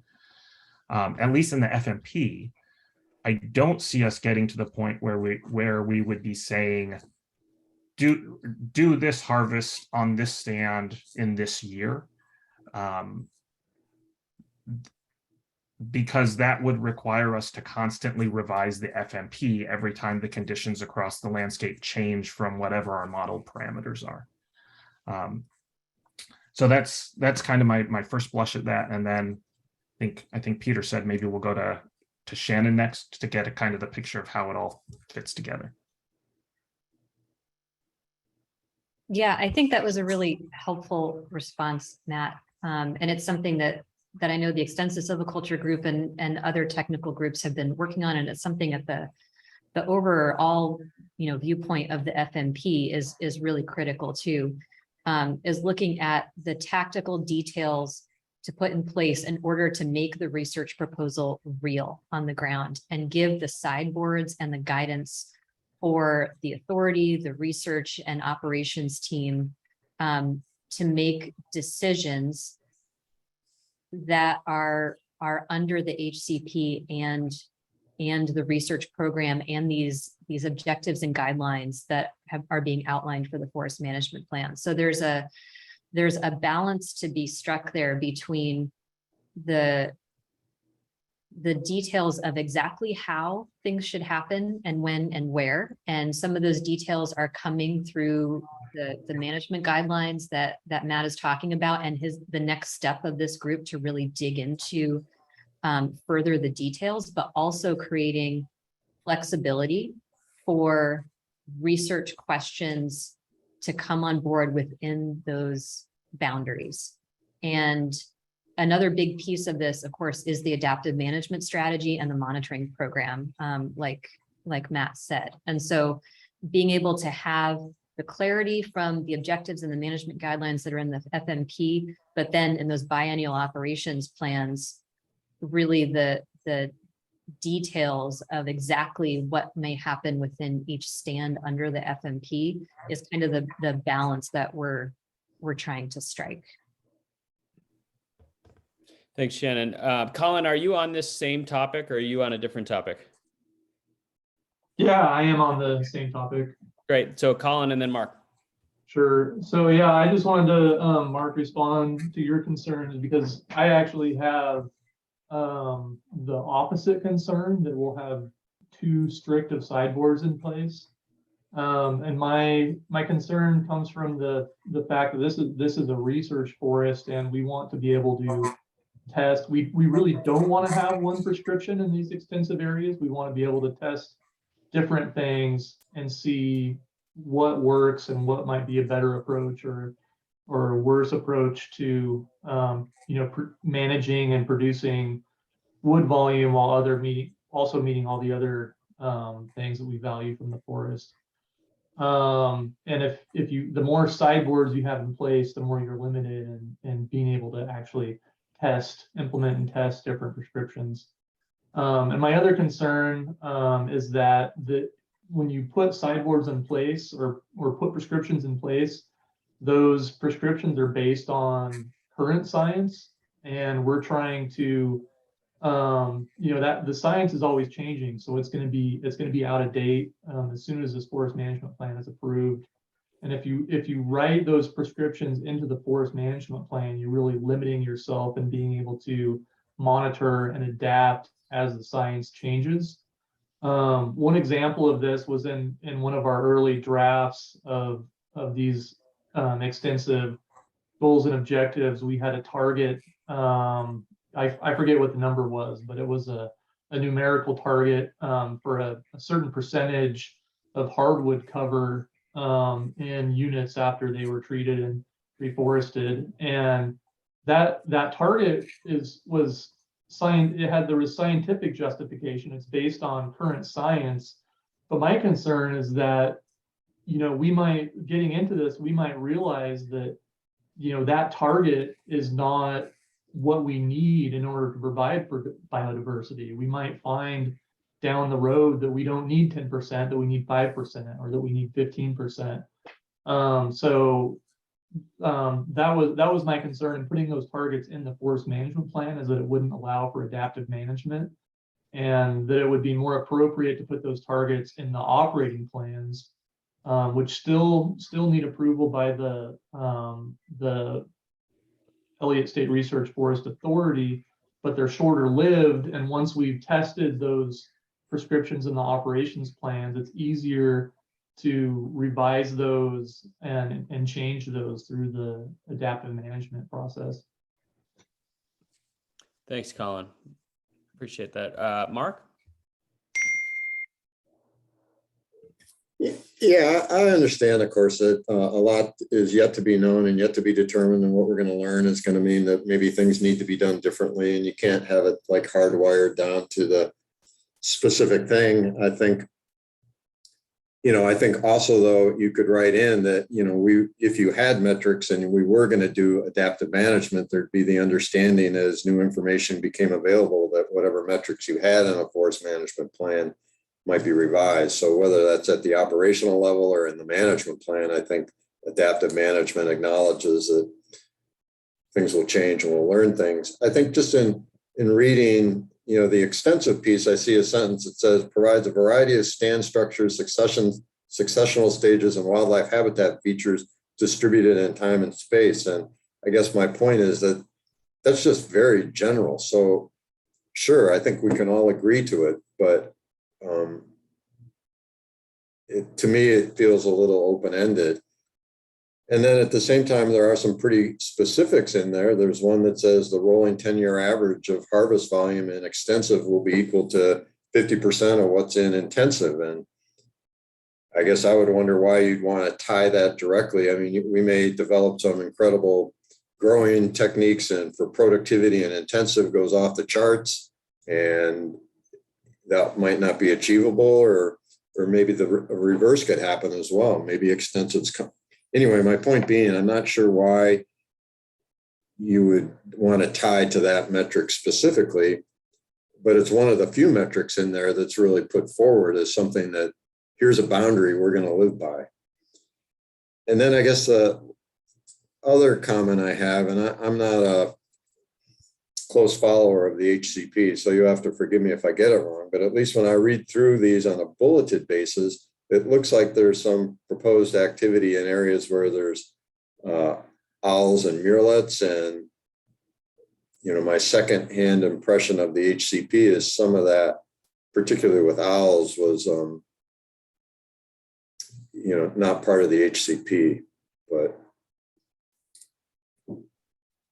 Yeah, a couple of things I'll mention. The reason that the 50% yield is one of the requirement relative to intensive areas is one of the kind of clearly defined elements, is because that comes from the original research proposal for the Elliott, and we have to live with anything that's stated we will do within that research proposal. That is something that our group has to follow, just like we have to follow things from the HCP. And with respect to your concerns about, you know, what guidance we've given for occupied murrelet habitat and spotted owl core areas, a similar requirement applies, right? We have to follow the requirements of the HCP.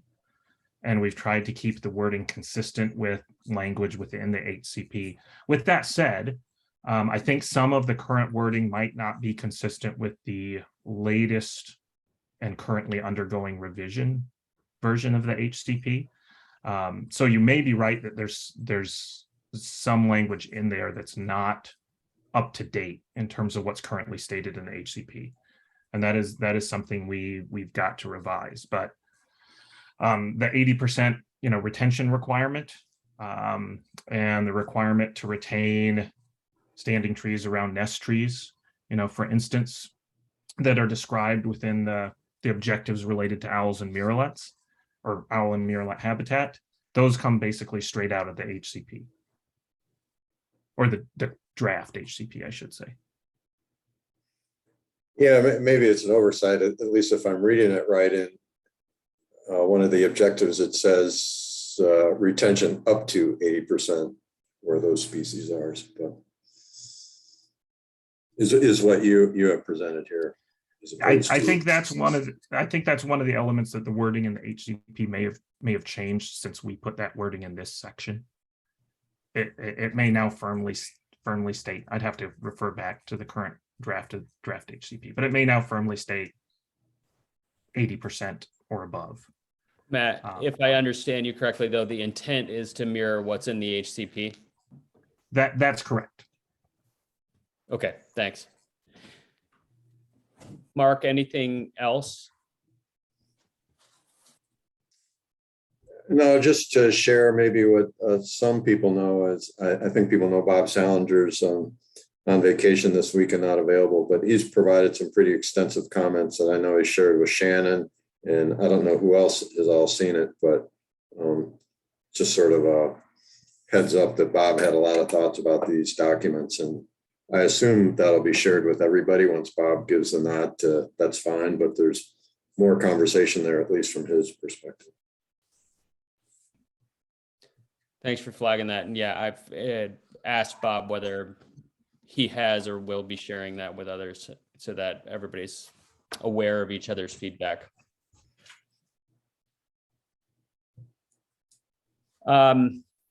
Okay, anything else? And again, I think we'll want to circle back as on this topic of sort of details and specificity versus sort of the desire for flexibility and the relationship also with adaptive management. That's going to be a continuing topic of conversation and in all of the sections as they come out. And so we'll want to, I think, continue and maybe have more broad conversation on that in the meetings coming forward. And I may follow up with some of you individually to get a sense of your thoughts on that. So appreciate the feedback. Why don't we take 10 minutes for a break, 10 minutes from your clock of reference, and then we'll reconvene, and then Elizabeth will have you run through your presentation on reserve restoration thinning, and then a reminder to the members of the public, if you're interested, Francis, I have you noted for somebody that wants to make comments, but if there are others, please send Jen or I a comment and we'll make sure to get you on the list. Thanks much. And 10 minutes. Name of making sure we have enough time, we'll go ahead and get started. Elizabeth, you're on. Okay, great. Give me just a second to get my screen share set up here. Perfect.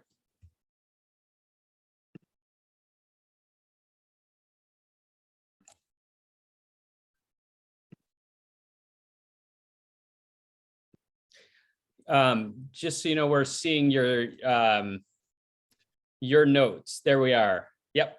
Okay. Okay. Well, so I introduced myself a little bit in the beginning, so I guess I will skip over that. Katie asked me to talk a little bit about my background, but basically I'm a restoration ecologist. I work here in the Willamette Valley on a few different projects. And I'm also a postdoctoral research scholar working with Klaus Pootman, my co-presenter.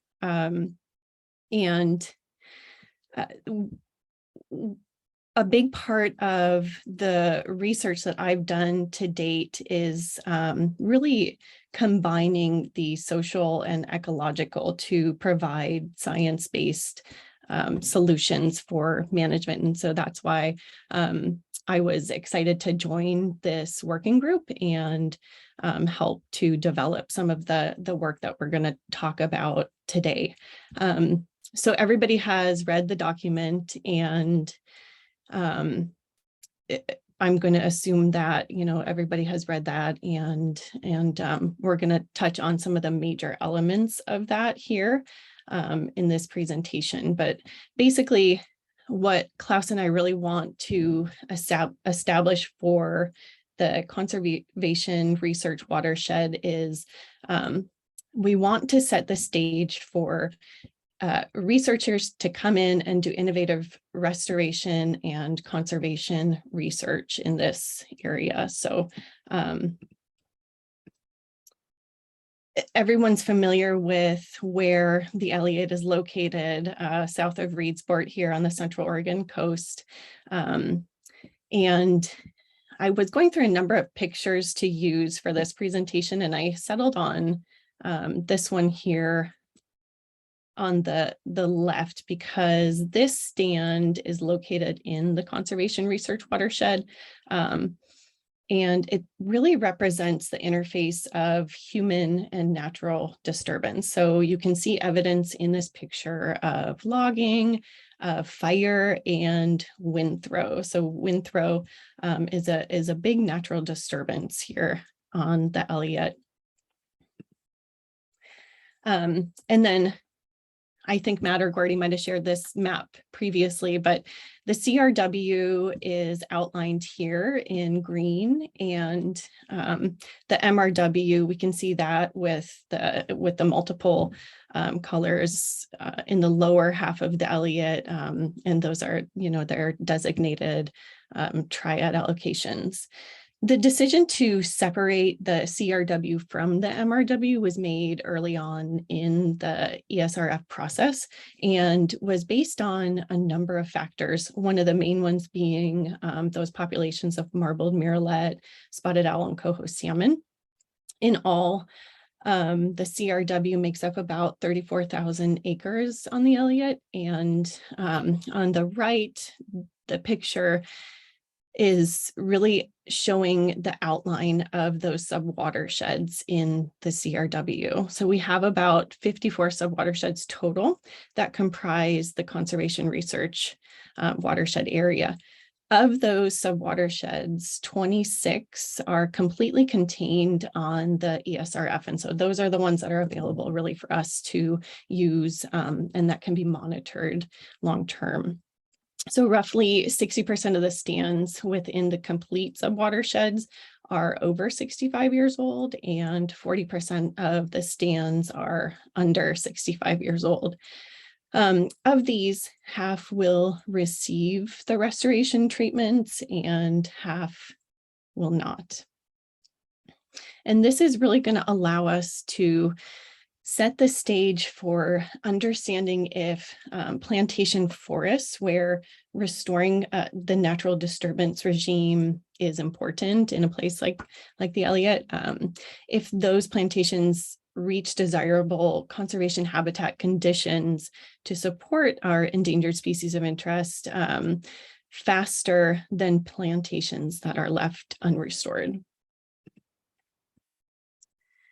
And then briefly, before I talk about the broader research questions and themes that we're working on for this group, I want to note the parameters that we are working within on the CRW. So again, we have these populations of marbled murrelet, the spotted owl, and the coho salmon. We also have these naturally regenerated stands after the 1868 fire, plus those plantations that were established after clip cuts. Our legal parameters are the Endangered Species Act and this HCP, the Habitat Conservation Plan that we're using to establish our metrics. The Oregon Senate Bill 1546 and OSU's ESRF proposal. So we are working within that single entry time period of 20 years. So our broader research themes and questions for this working group are really focused around 3 areas. So we are using natural disturbances as sort of our basis for the direction that we are developing the prescriptions and the restoration targets for this area. We also want to integrate local communities, including the tribal communities, into our goals and how this process is carried forward. So these help us to then ask, is restoration of entire socio-ecological systems possible? And how do we establish a template to research this question within the parameters of global change?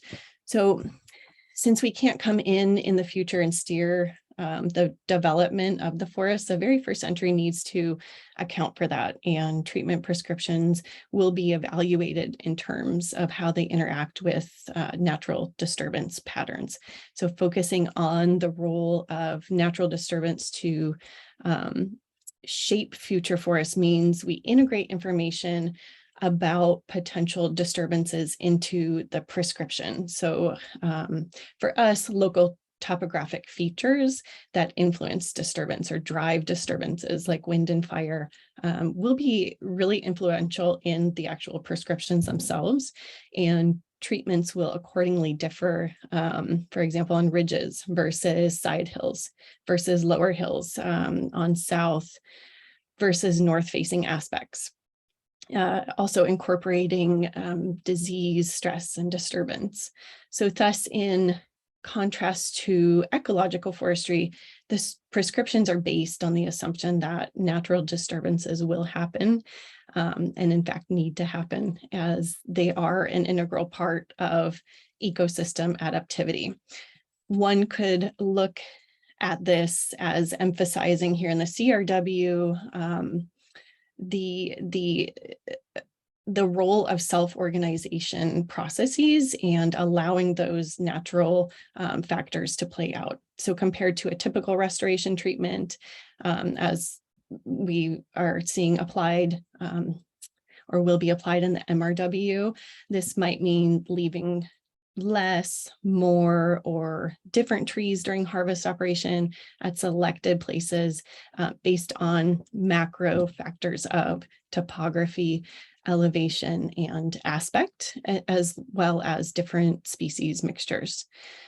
So one of the key points for our group is that I want to emphasize is because plantations do not match the topographic template that work in tandem with disturbance to drive natural forest heterogeneity, this treatment really will focus on restoring stand structure and composition that allow disturbance to further shape the forest in ecologically appropriate locations. So, for example, more open canopies with grass for shrub understories on south aspects and ridgetops.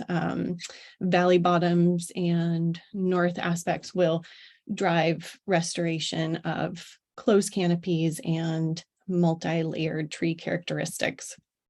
The second research theme here brings in a point related to ecosystem integrity, in this case by including aspects of traditional ecological knowledge. And obviously we need leadership from local tribal members to establish what an honorable restoration treatment that achieves the ecological goals and cultural goals simultaneously, what that would look like and how such treatments can be implemented. So this will influence our initial approach and may include future follow-up through cultural burns to maintain or encourage those cultural values and traditional ecological knowledge educational opportunities.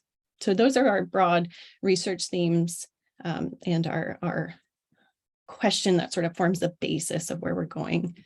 The goals of this group are, and that we want to carry out in the CRW, are really to restore and conserve desirable conditions driven by habitat suitability indicators.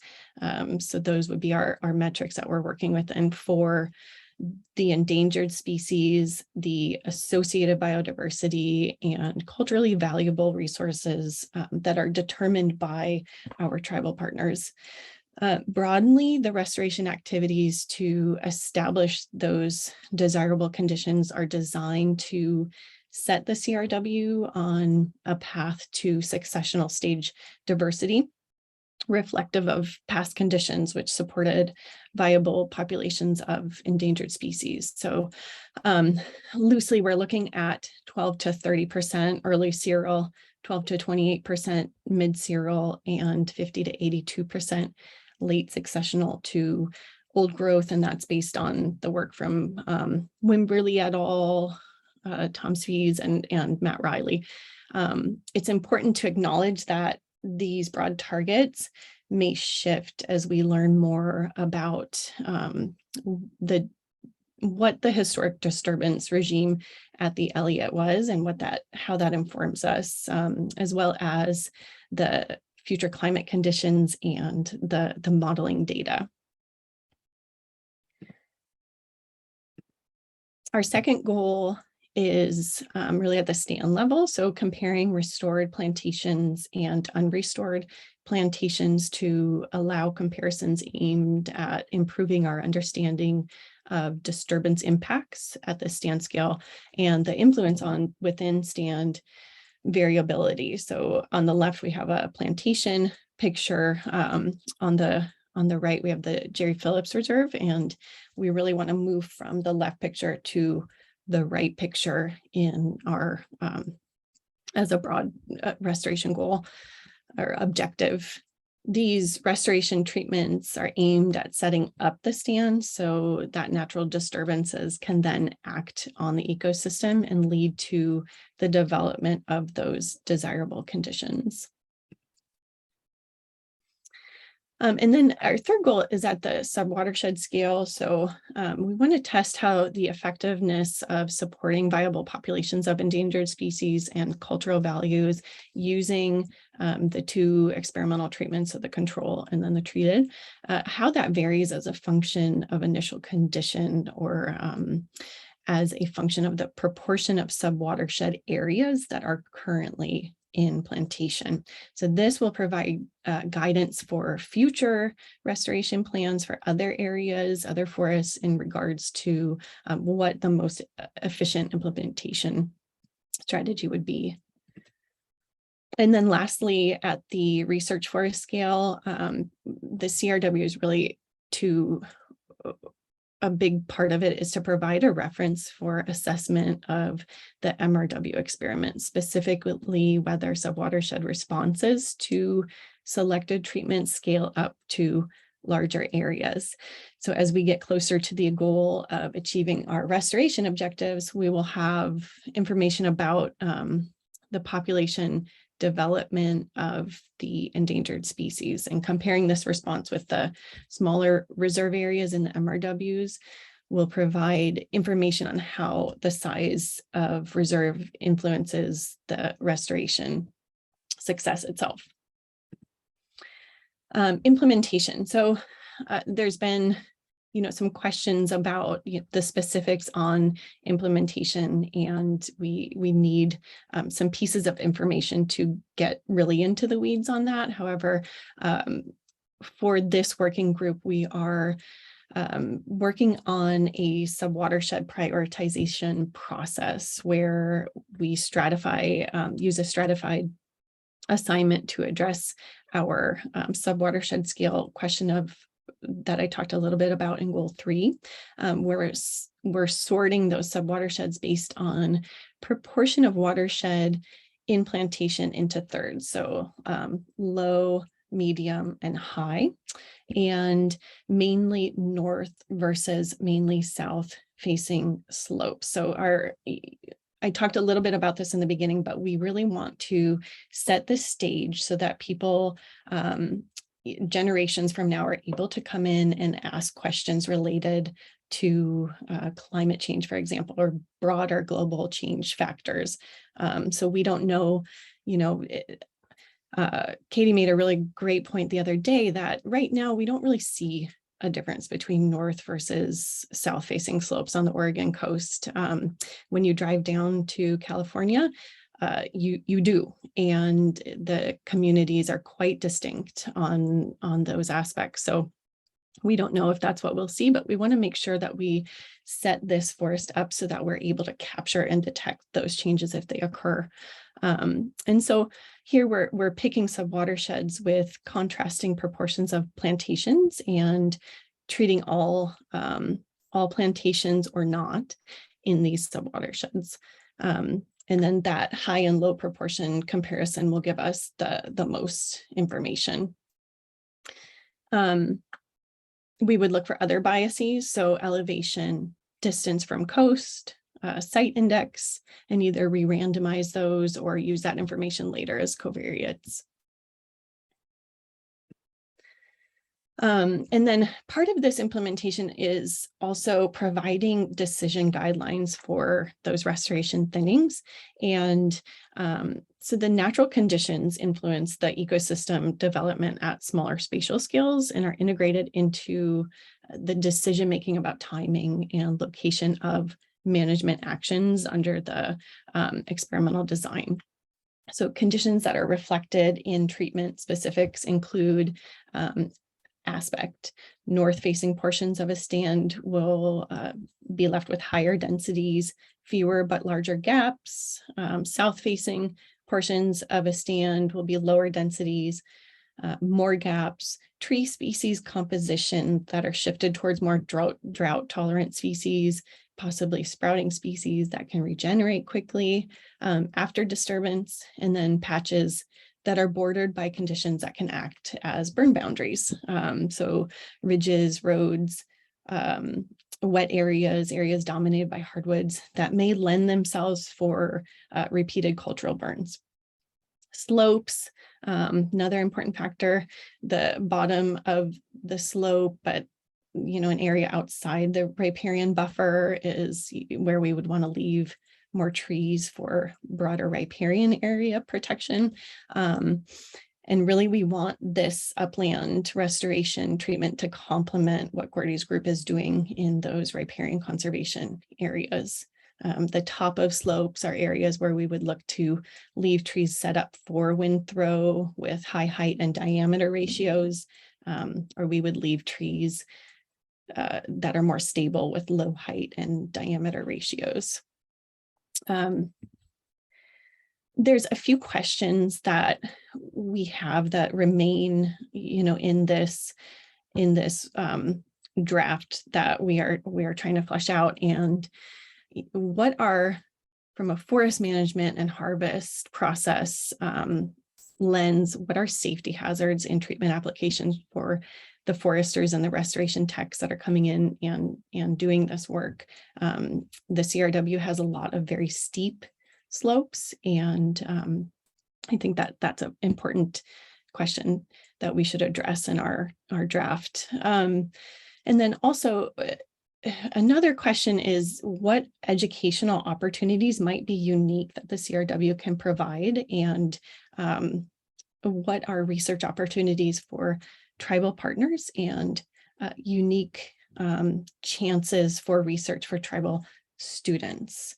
So those are the big questions that we have. I'm going to end and say thank you to everyone in our working group. Matt Powers has also contributed. Woody Chung and Klaus has been a really big person in this process. So thank you.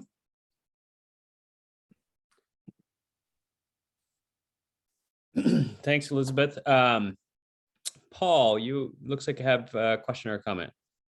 Yeah, and I think it's, personally, I think it's the most important question, because if you look at the financial analysis going forward and whether or not the Elliott will pay for itself, the first 20 years, a huge percentage of the income is based off of removing wood from this reserve. And there's been no, it doesn't appear that, I mean, you've got all these priorities of north, south, coast, bottom of the slope, top of the slope, but you've given no consideration to operability and the actual cost of removing that. Thinning is expensive. It's really expensive, and first blush, I don't think it's going to produce any income. I think it's going to be a cost item, and some of it is going to be so expensive, no matter where it's located, north, south, east, west, upslope, downslope, that you're not going to be able to do it. So I think you're going to have to build a mechanism to where you trade. If you want to put it in delicately, if you want to punch holes in this forest and open it up and create an opportunity for natural disturbance, you're going to have to do it with cost in mind. It's one thing that we've done a poor job in this whole process is we haven't taken into consideration what all this costs. All these reserves and set asides, they're expensive, and I have real concerns as we go into the reviewing the costs and the cash flow that we're going to be able to pull this off. And like I say, the first 20 years, the model shows a large percentage of the income coming out of these reserves, the thinning in the reserves. And I think you need to go back and prioritize operational considerations and the actual cost of doing what it is you want to do, and how do you trade off to get where you need to be. Well, thanks, Paul. I think that's a really, that's a great point. And it's not something that this working group has considered, are those operational costs. I wish John Sessions was here, because he is the one in the working group that has had the input on those operations and different ways and means of doing so. And I don't know, Shannon, if you had any thoughts on, the CRW, we are less concerned about the harvest. And Klaus, I see you probably want to add something. Yeah, I mean, obviously that's a good point. In this case, though, I mean, clearly the objective is conservation reserve, so that has a priority. And I mean, based on some of the other studies I've worked with, I wouldn't say we haven't considered that, but there are ways to be more effective on this. Like in other studies, we've aligned gaps along a harvesting corridor. We've laid out harvesting skid trails with ecological considerations, but had the loggers with us to make sure that whatever we laid out is feasible and stuff. There are some studies that show that once you complicate the harvesting operation like this it will be more expensive. But with the new technology now, certainly in the planning and in the inventory, a lot of that can be done. Now, until we really do it on the ground, we won't know exactly how much money, it will cost and how much money it will make. Based on my assessment right now, if you have 60-year-old Douglas fir stands with reasonable access, whatever you do, you're going to make some money on that. But that may change on that. But so, I say clearly it's a consideration. It may not end up being exactly what we had in that original fairly simplified economic analysis on that. And obviously, any restoration, I'm well aware that if it doesn't pay for itself, it won't happen on a large scale over the long run. But it needs to be part of it, and it is part of it that will come into play. Thanks, Klaus. Shannon, do you want to add anything as it relates to sort of the financial analysis and modeling? And then Paul, come back to you, and then Colin, I see you, and I think Mark. Yeah, just to add another quick note to what Klaus was saying. This does relate to updated work on modeling and analysis, which includes some of the financial work. And Paul, you're right that the 2020 model and some of the subsequent models, because of the assumptions and the constraints, did front load thinning at the expense of creating maybe more of a balance between some of the other parts of the forest. And so those are part of running updated scenarios that are happening right now with updated information and assumptions, including costs on the thinning, which was something that we got feedback on from you and others. And so those additional scenarios are also, going into these updated analyses, not necessarily just focusing on that one scenario, but like Klaus said, the restoration treatments are under the full ESRF program and financial analysis. And so they will need to be paid for, and the operability component of that is a really important one. Thanks, Shannon. Colin, and then Mark. Oh, I'm sorry, Paul. I was going to come back to you. I apologize. I just wanted to, again, what Klaus said about corridors and that sort of thing. That's the way you're going to achieve thinning in those areas. But we need to talk about that. We need to get that out there so Mark isn't surprised that all of a sudden we're doing those things in this reserve that he's named the Salinger Beck Reserve, as I recall. So it just needs to be out there so people know and they're not surprised. Thanks, Paul. I appreciate that. Colin, and then Mark.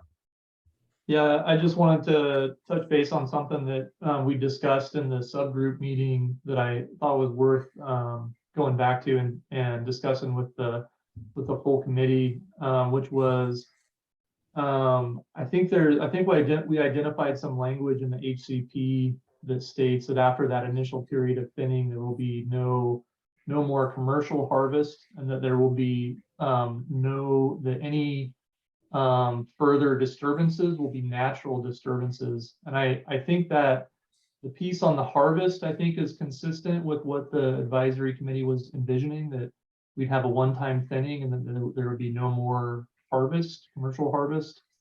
But I don't know that the piece on the all disturbance after that point would be natural. I don't think that is consistent with what we were envisioning. I think that would preclude us from being able to use fire in the reserve areas, from being able to manage invasive species, and from being able to allow harvest of non-timber resources like medicinal and food plants by tribal members. So I was curious if there's been any further discussion on that language in the HCP and potentially reconciling that language.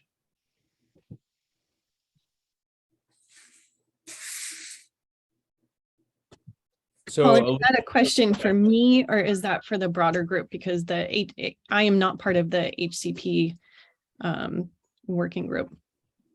Yeah, it's a question for anybody, really. I think Klaus and I were really having that discussion, and I was wondering if there was any follow-up with DSL or on the HCP to see if that language can be reconciled.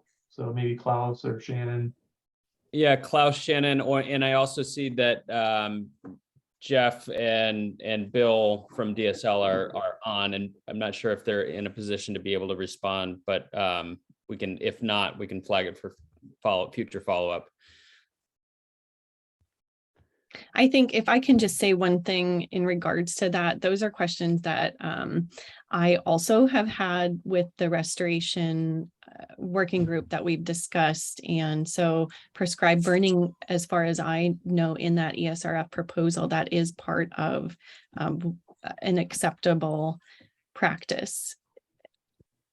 in the CRW. And then as far as being able to harvest non-timber forest products, Colin, that would be fantastic, because that would provide part of that, the educational goals that we're trying to achieve in that conservation region.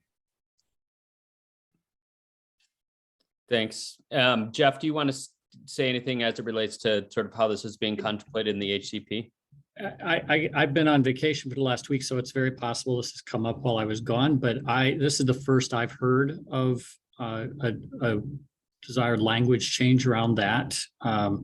So I think the process is that Shannon's your point person for your technical groups. If there's something that's inconsistent or we would need to consider in the HCP process, make sure she knows, and we talk frequently, and we'll see if we can massage the language to help. I mean, that's what we want to do. The purpose of the HCP is to set sideboards that are wide enough to give the research forest the discretion to have maximum discretion within the bounds of the Endangered Species Act to accomplish what you want to accomplish. So if we've inadvertently limited it in some way that's restricting where you want to go, then let us know and we'll see what we can work through with the federal agencies.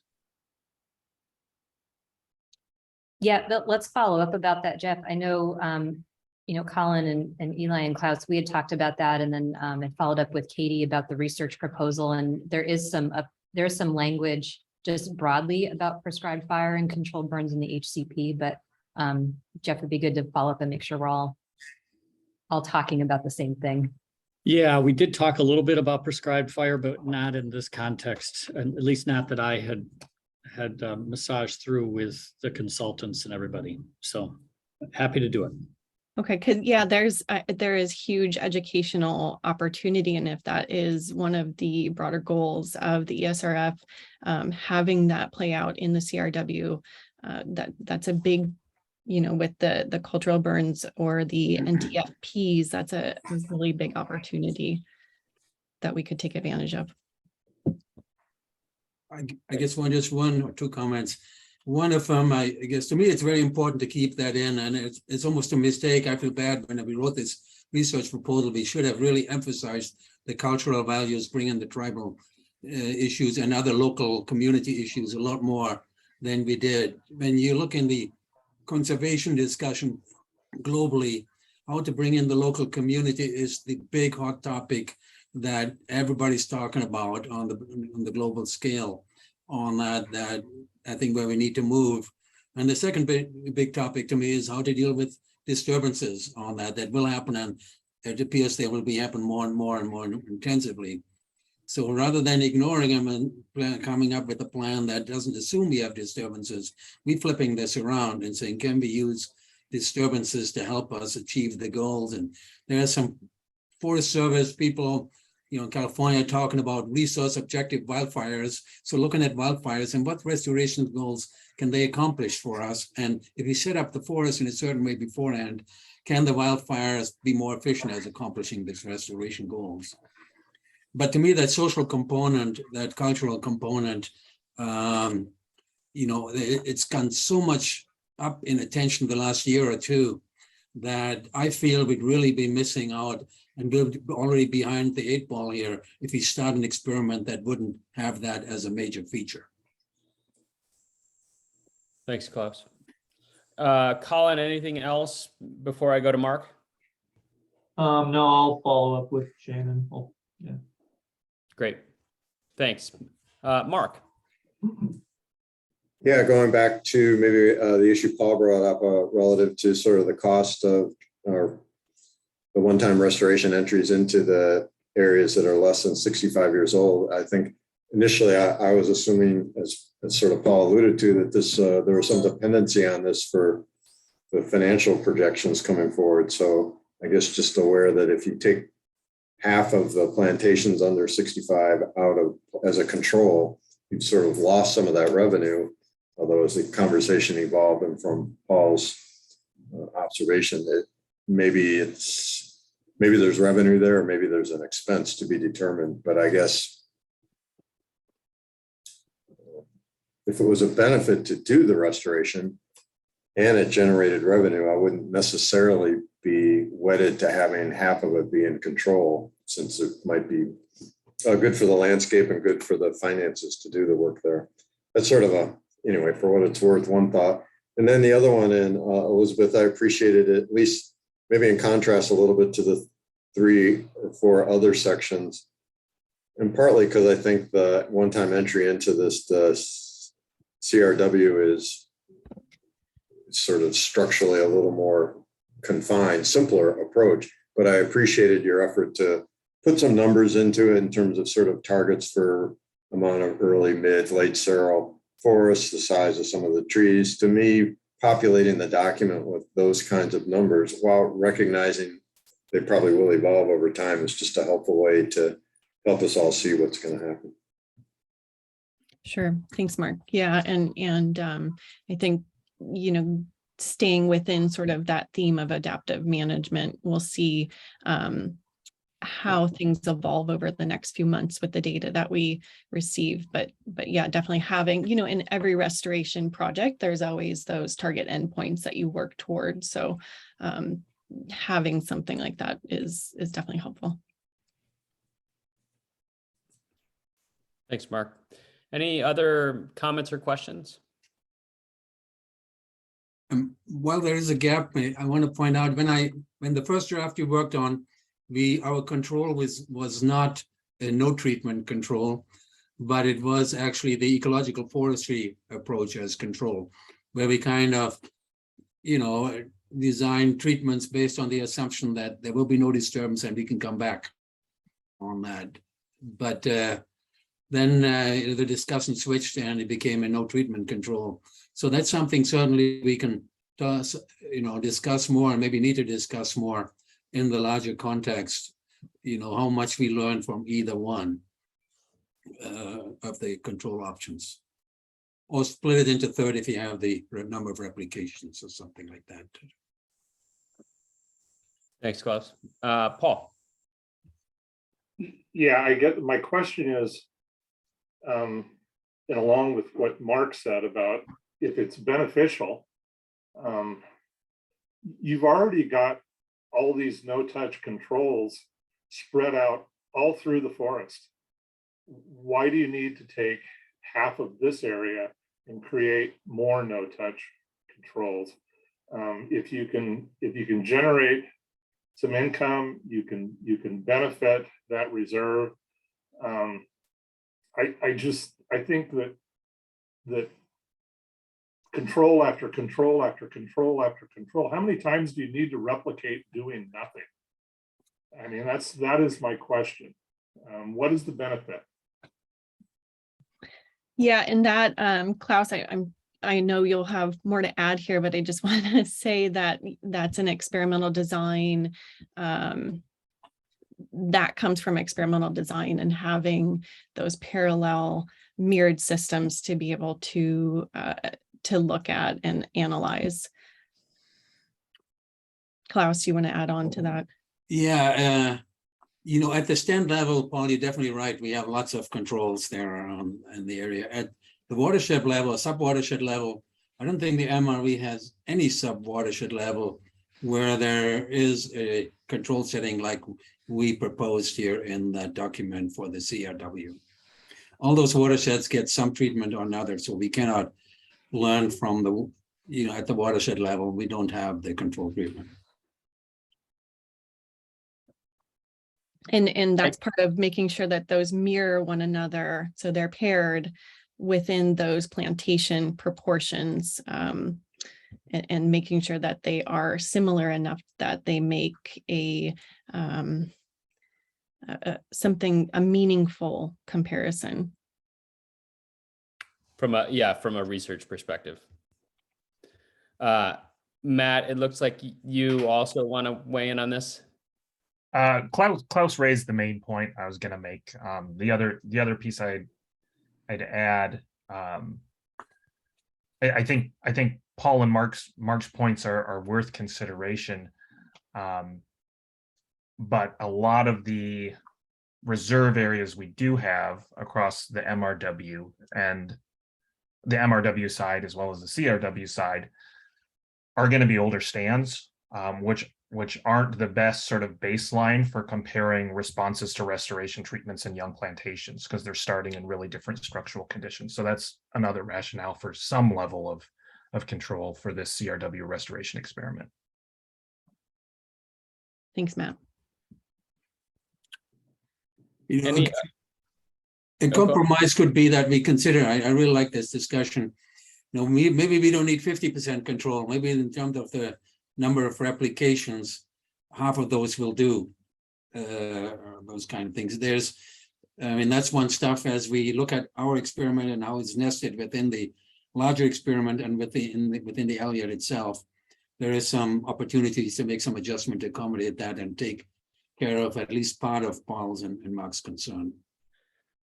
Thanks, Klaus. Appreciate the spirit of sort of thinking through it and you know, trying to figure out what the right balance is between sort of maintaining and protecting the integrity of the research while also thinking about having a research forest in the context of practical implications for finances and desired outcomes on the restoration and learning side. So thanks for that. Jeff, did you have something?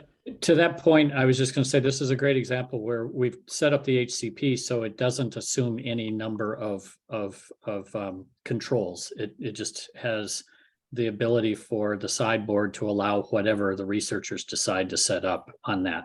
So very doable for where you're headed, Klaus. Good. Any further comments or questions from the advisory committee on this topic? Or others that Elizabeth and Klaus have addressed?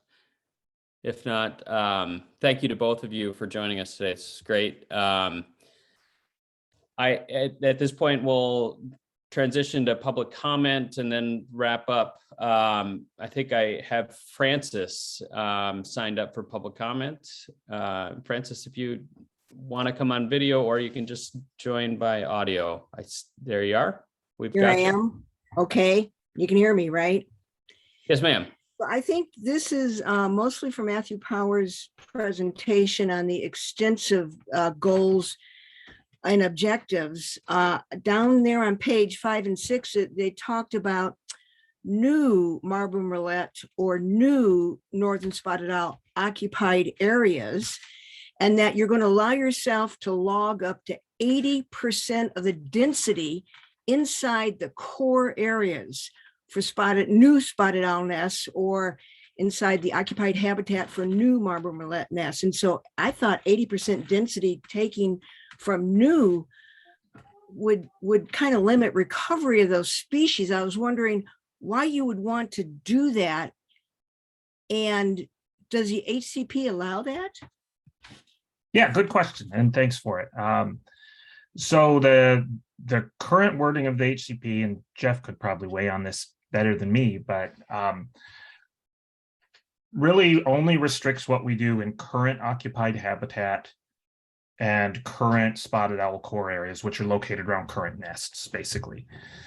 From a what we can learn standpoint, the rationale for trying to provide a little more flexibility in areas that develop, right, where we see new nesting locations or new occupied habitat, is so that we actually have an opportunity to assess, well, what is the response over longer time periods if we do some of these extensive silviculture treatments we're talking about. So, I mean, we expect that certainly in the short term, the response to any kind of harvesting is going to be negative. But the big questions that kind of current approaches to conservation and recovery, which are really reserve-based, don't really allow us to address, is whether some of these other silvicultural approaches that are designed to create maybe higher quality habitat in the long term would actually have some benefit in the long term. So we recognize there is going to be a short-term versus long-term trade-off there, but we're hoping we can learn something about if there are any potential long-term benefits. while restricting that kind of experimentation to areas that aren't currently occupied habitat or spotted owl nest areas. So in new nest sites, you can take 80% of the density, which to my mind, that does away with that new nest site, 80% of the density.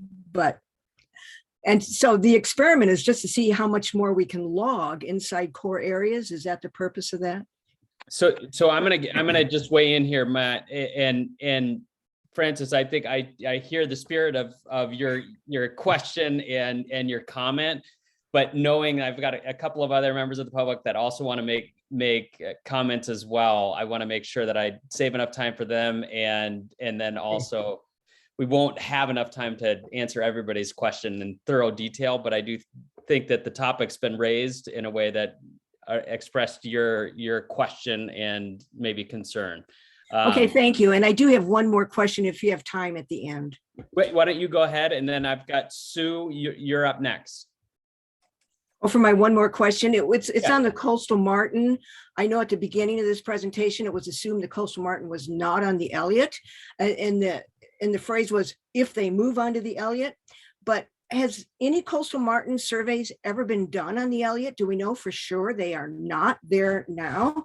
And so in that sense, I'm also waiting for the forest management plan to explain the survey protocol before you log anything on how you're going to tell if you're going to harm a coastal martin or not. Shannon, do you have a quick response to that? That's a really good question. And I should have said, if coastal martin move on to the Elliott, or if they're already there and just haven't been, we don't know. And so going back to the biodiversity plots that are a pilot project this summer with the vision to be expanded, showed an image from one of the wildlife cameras, but there's basically wildlife cameras that are focused on large mammals, but then also some set for small and medium carnivores. And so in talking with the researchers who were involved in designing those biodiversity plots, those are the types of long-term monitoring on the forest that could potentially pick up a coastal martin if they came within the area of those plots. So that's part of the overall strategy. And then, I think that can continue to be built upon depending on what that monitoring and that biodiversity plot network forest-wide finds. That's a really great point. Thanks for the question, Francis. Thanks, Shannon, for the response. And as always, other opportunities to weigh in via email and other mechanisms as well. So please continue to ask your questions and provide your feedback, both to the Research Forest team as well as to folks working on the HCP directly. So thanks, Francis. Sue. Okay, thank you so much. And my question is for several of you that have presented, besides hunting and fishing, what are the other kinds of recreation or community involvement are you planning on? Randy, I think I saw you join earlier, and if not, this could be one that you may be able to help talk about the process for the recreation education plan development. Sorry to put you on the spot.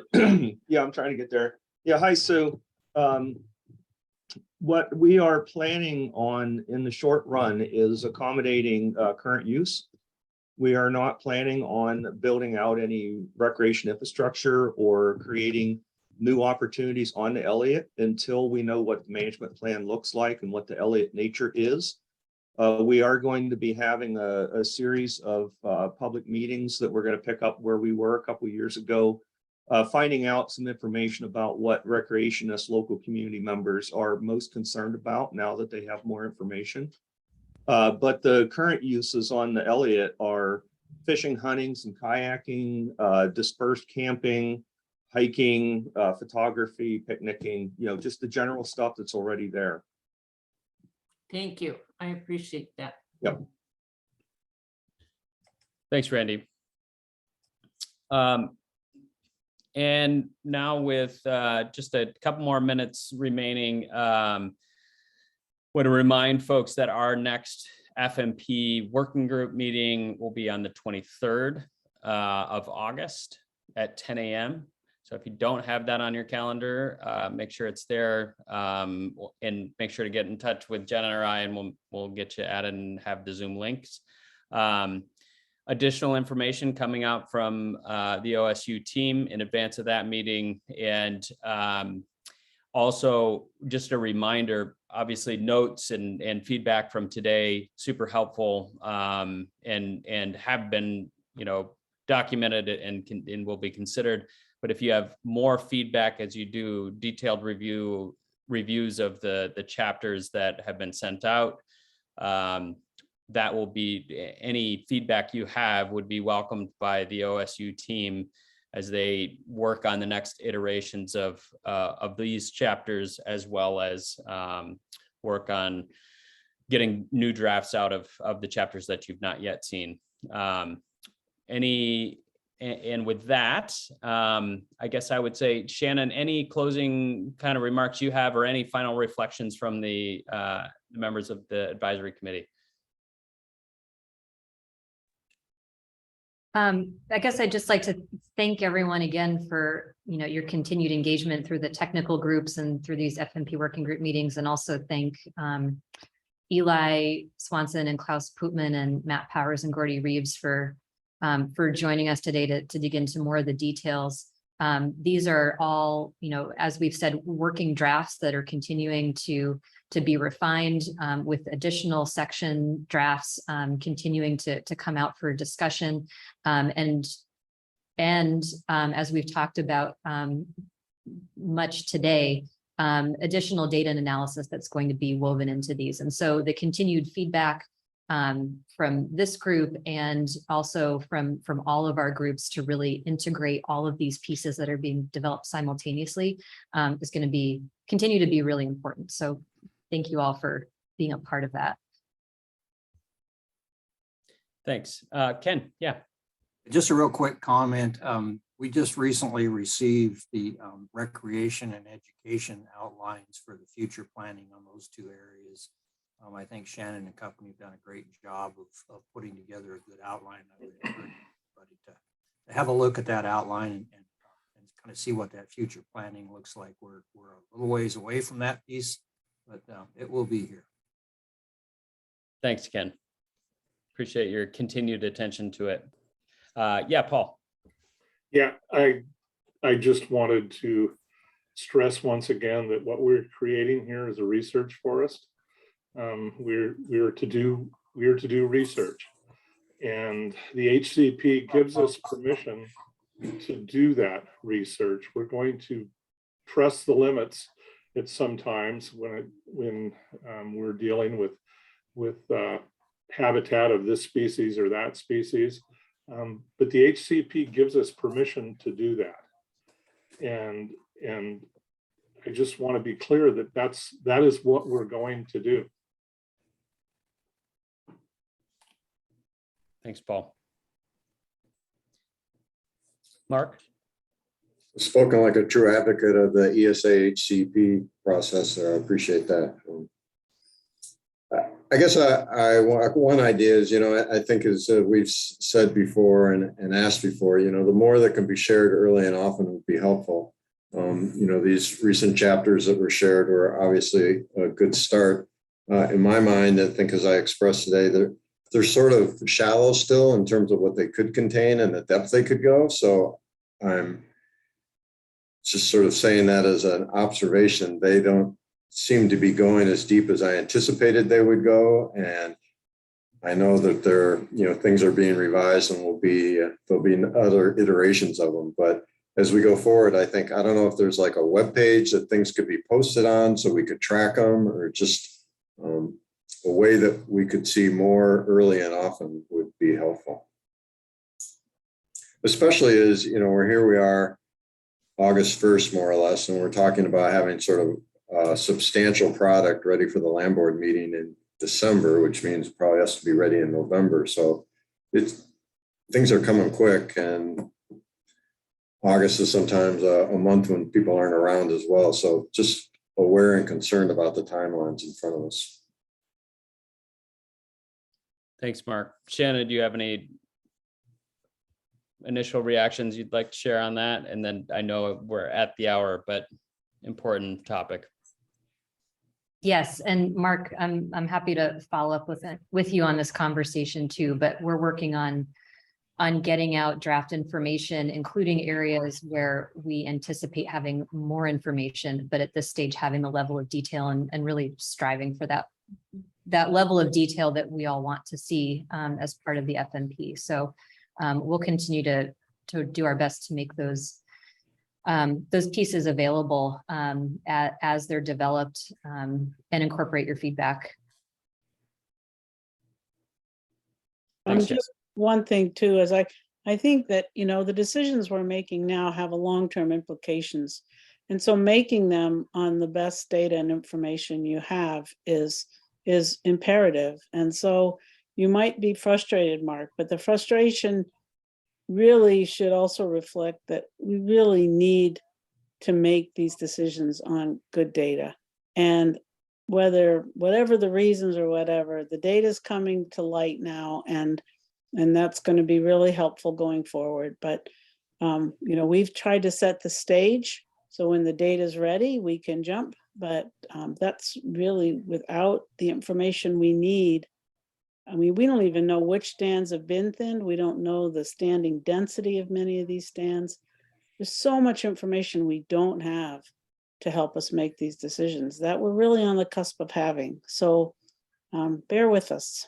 I think that we'll get deeper, but it's going to take good data to get deeper for the long term rather than just for the short term.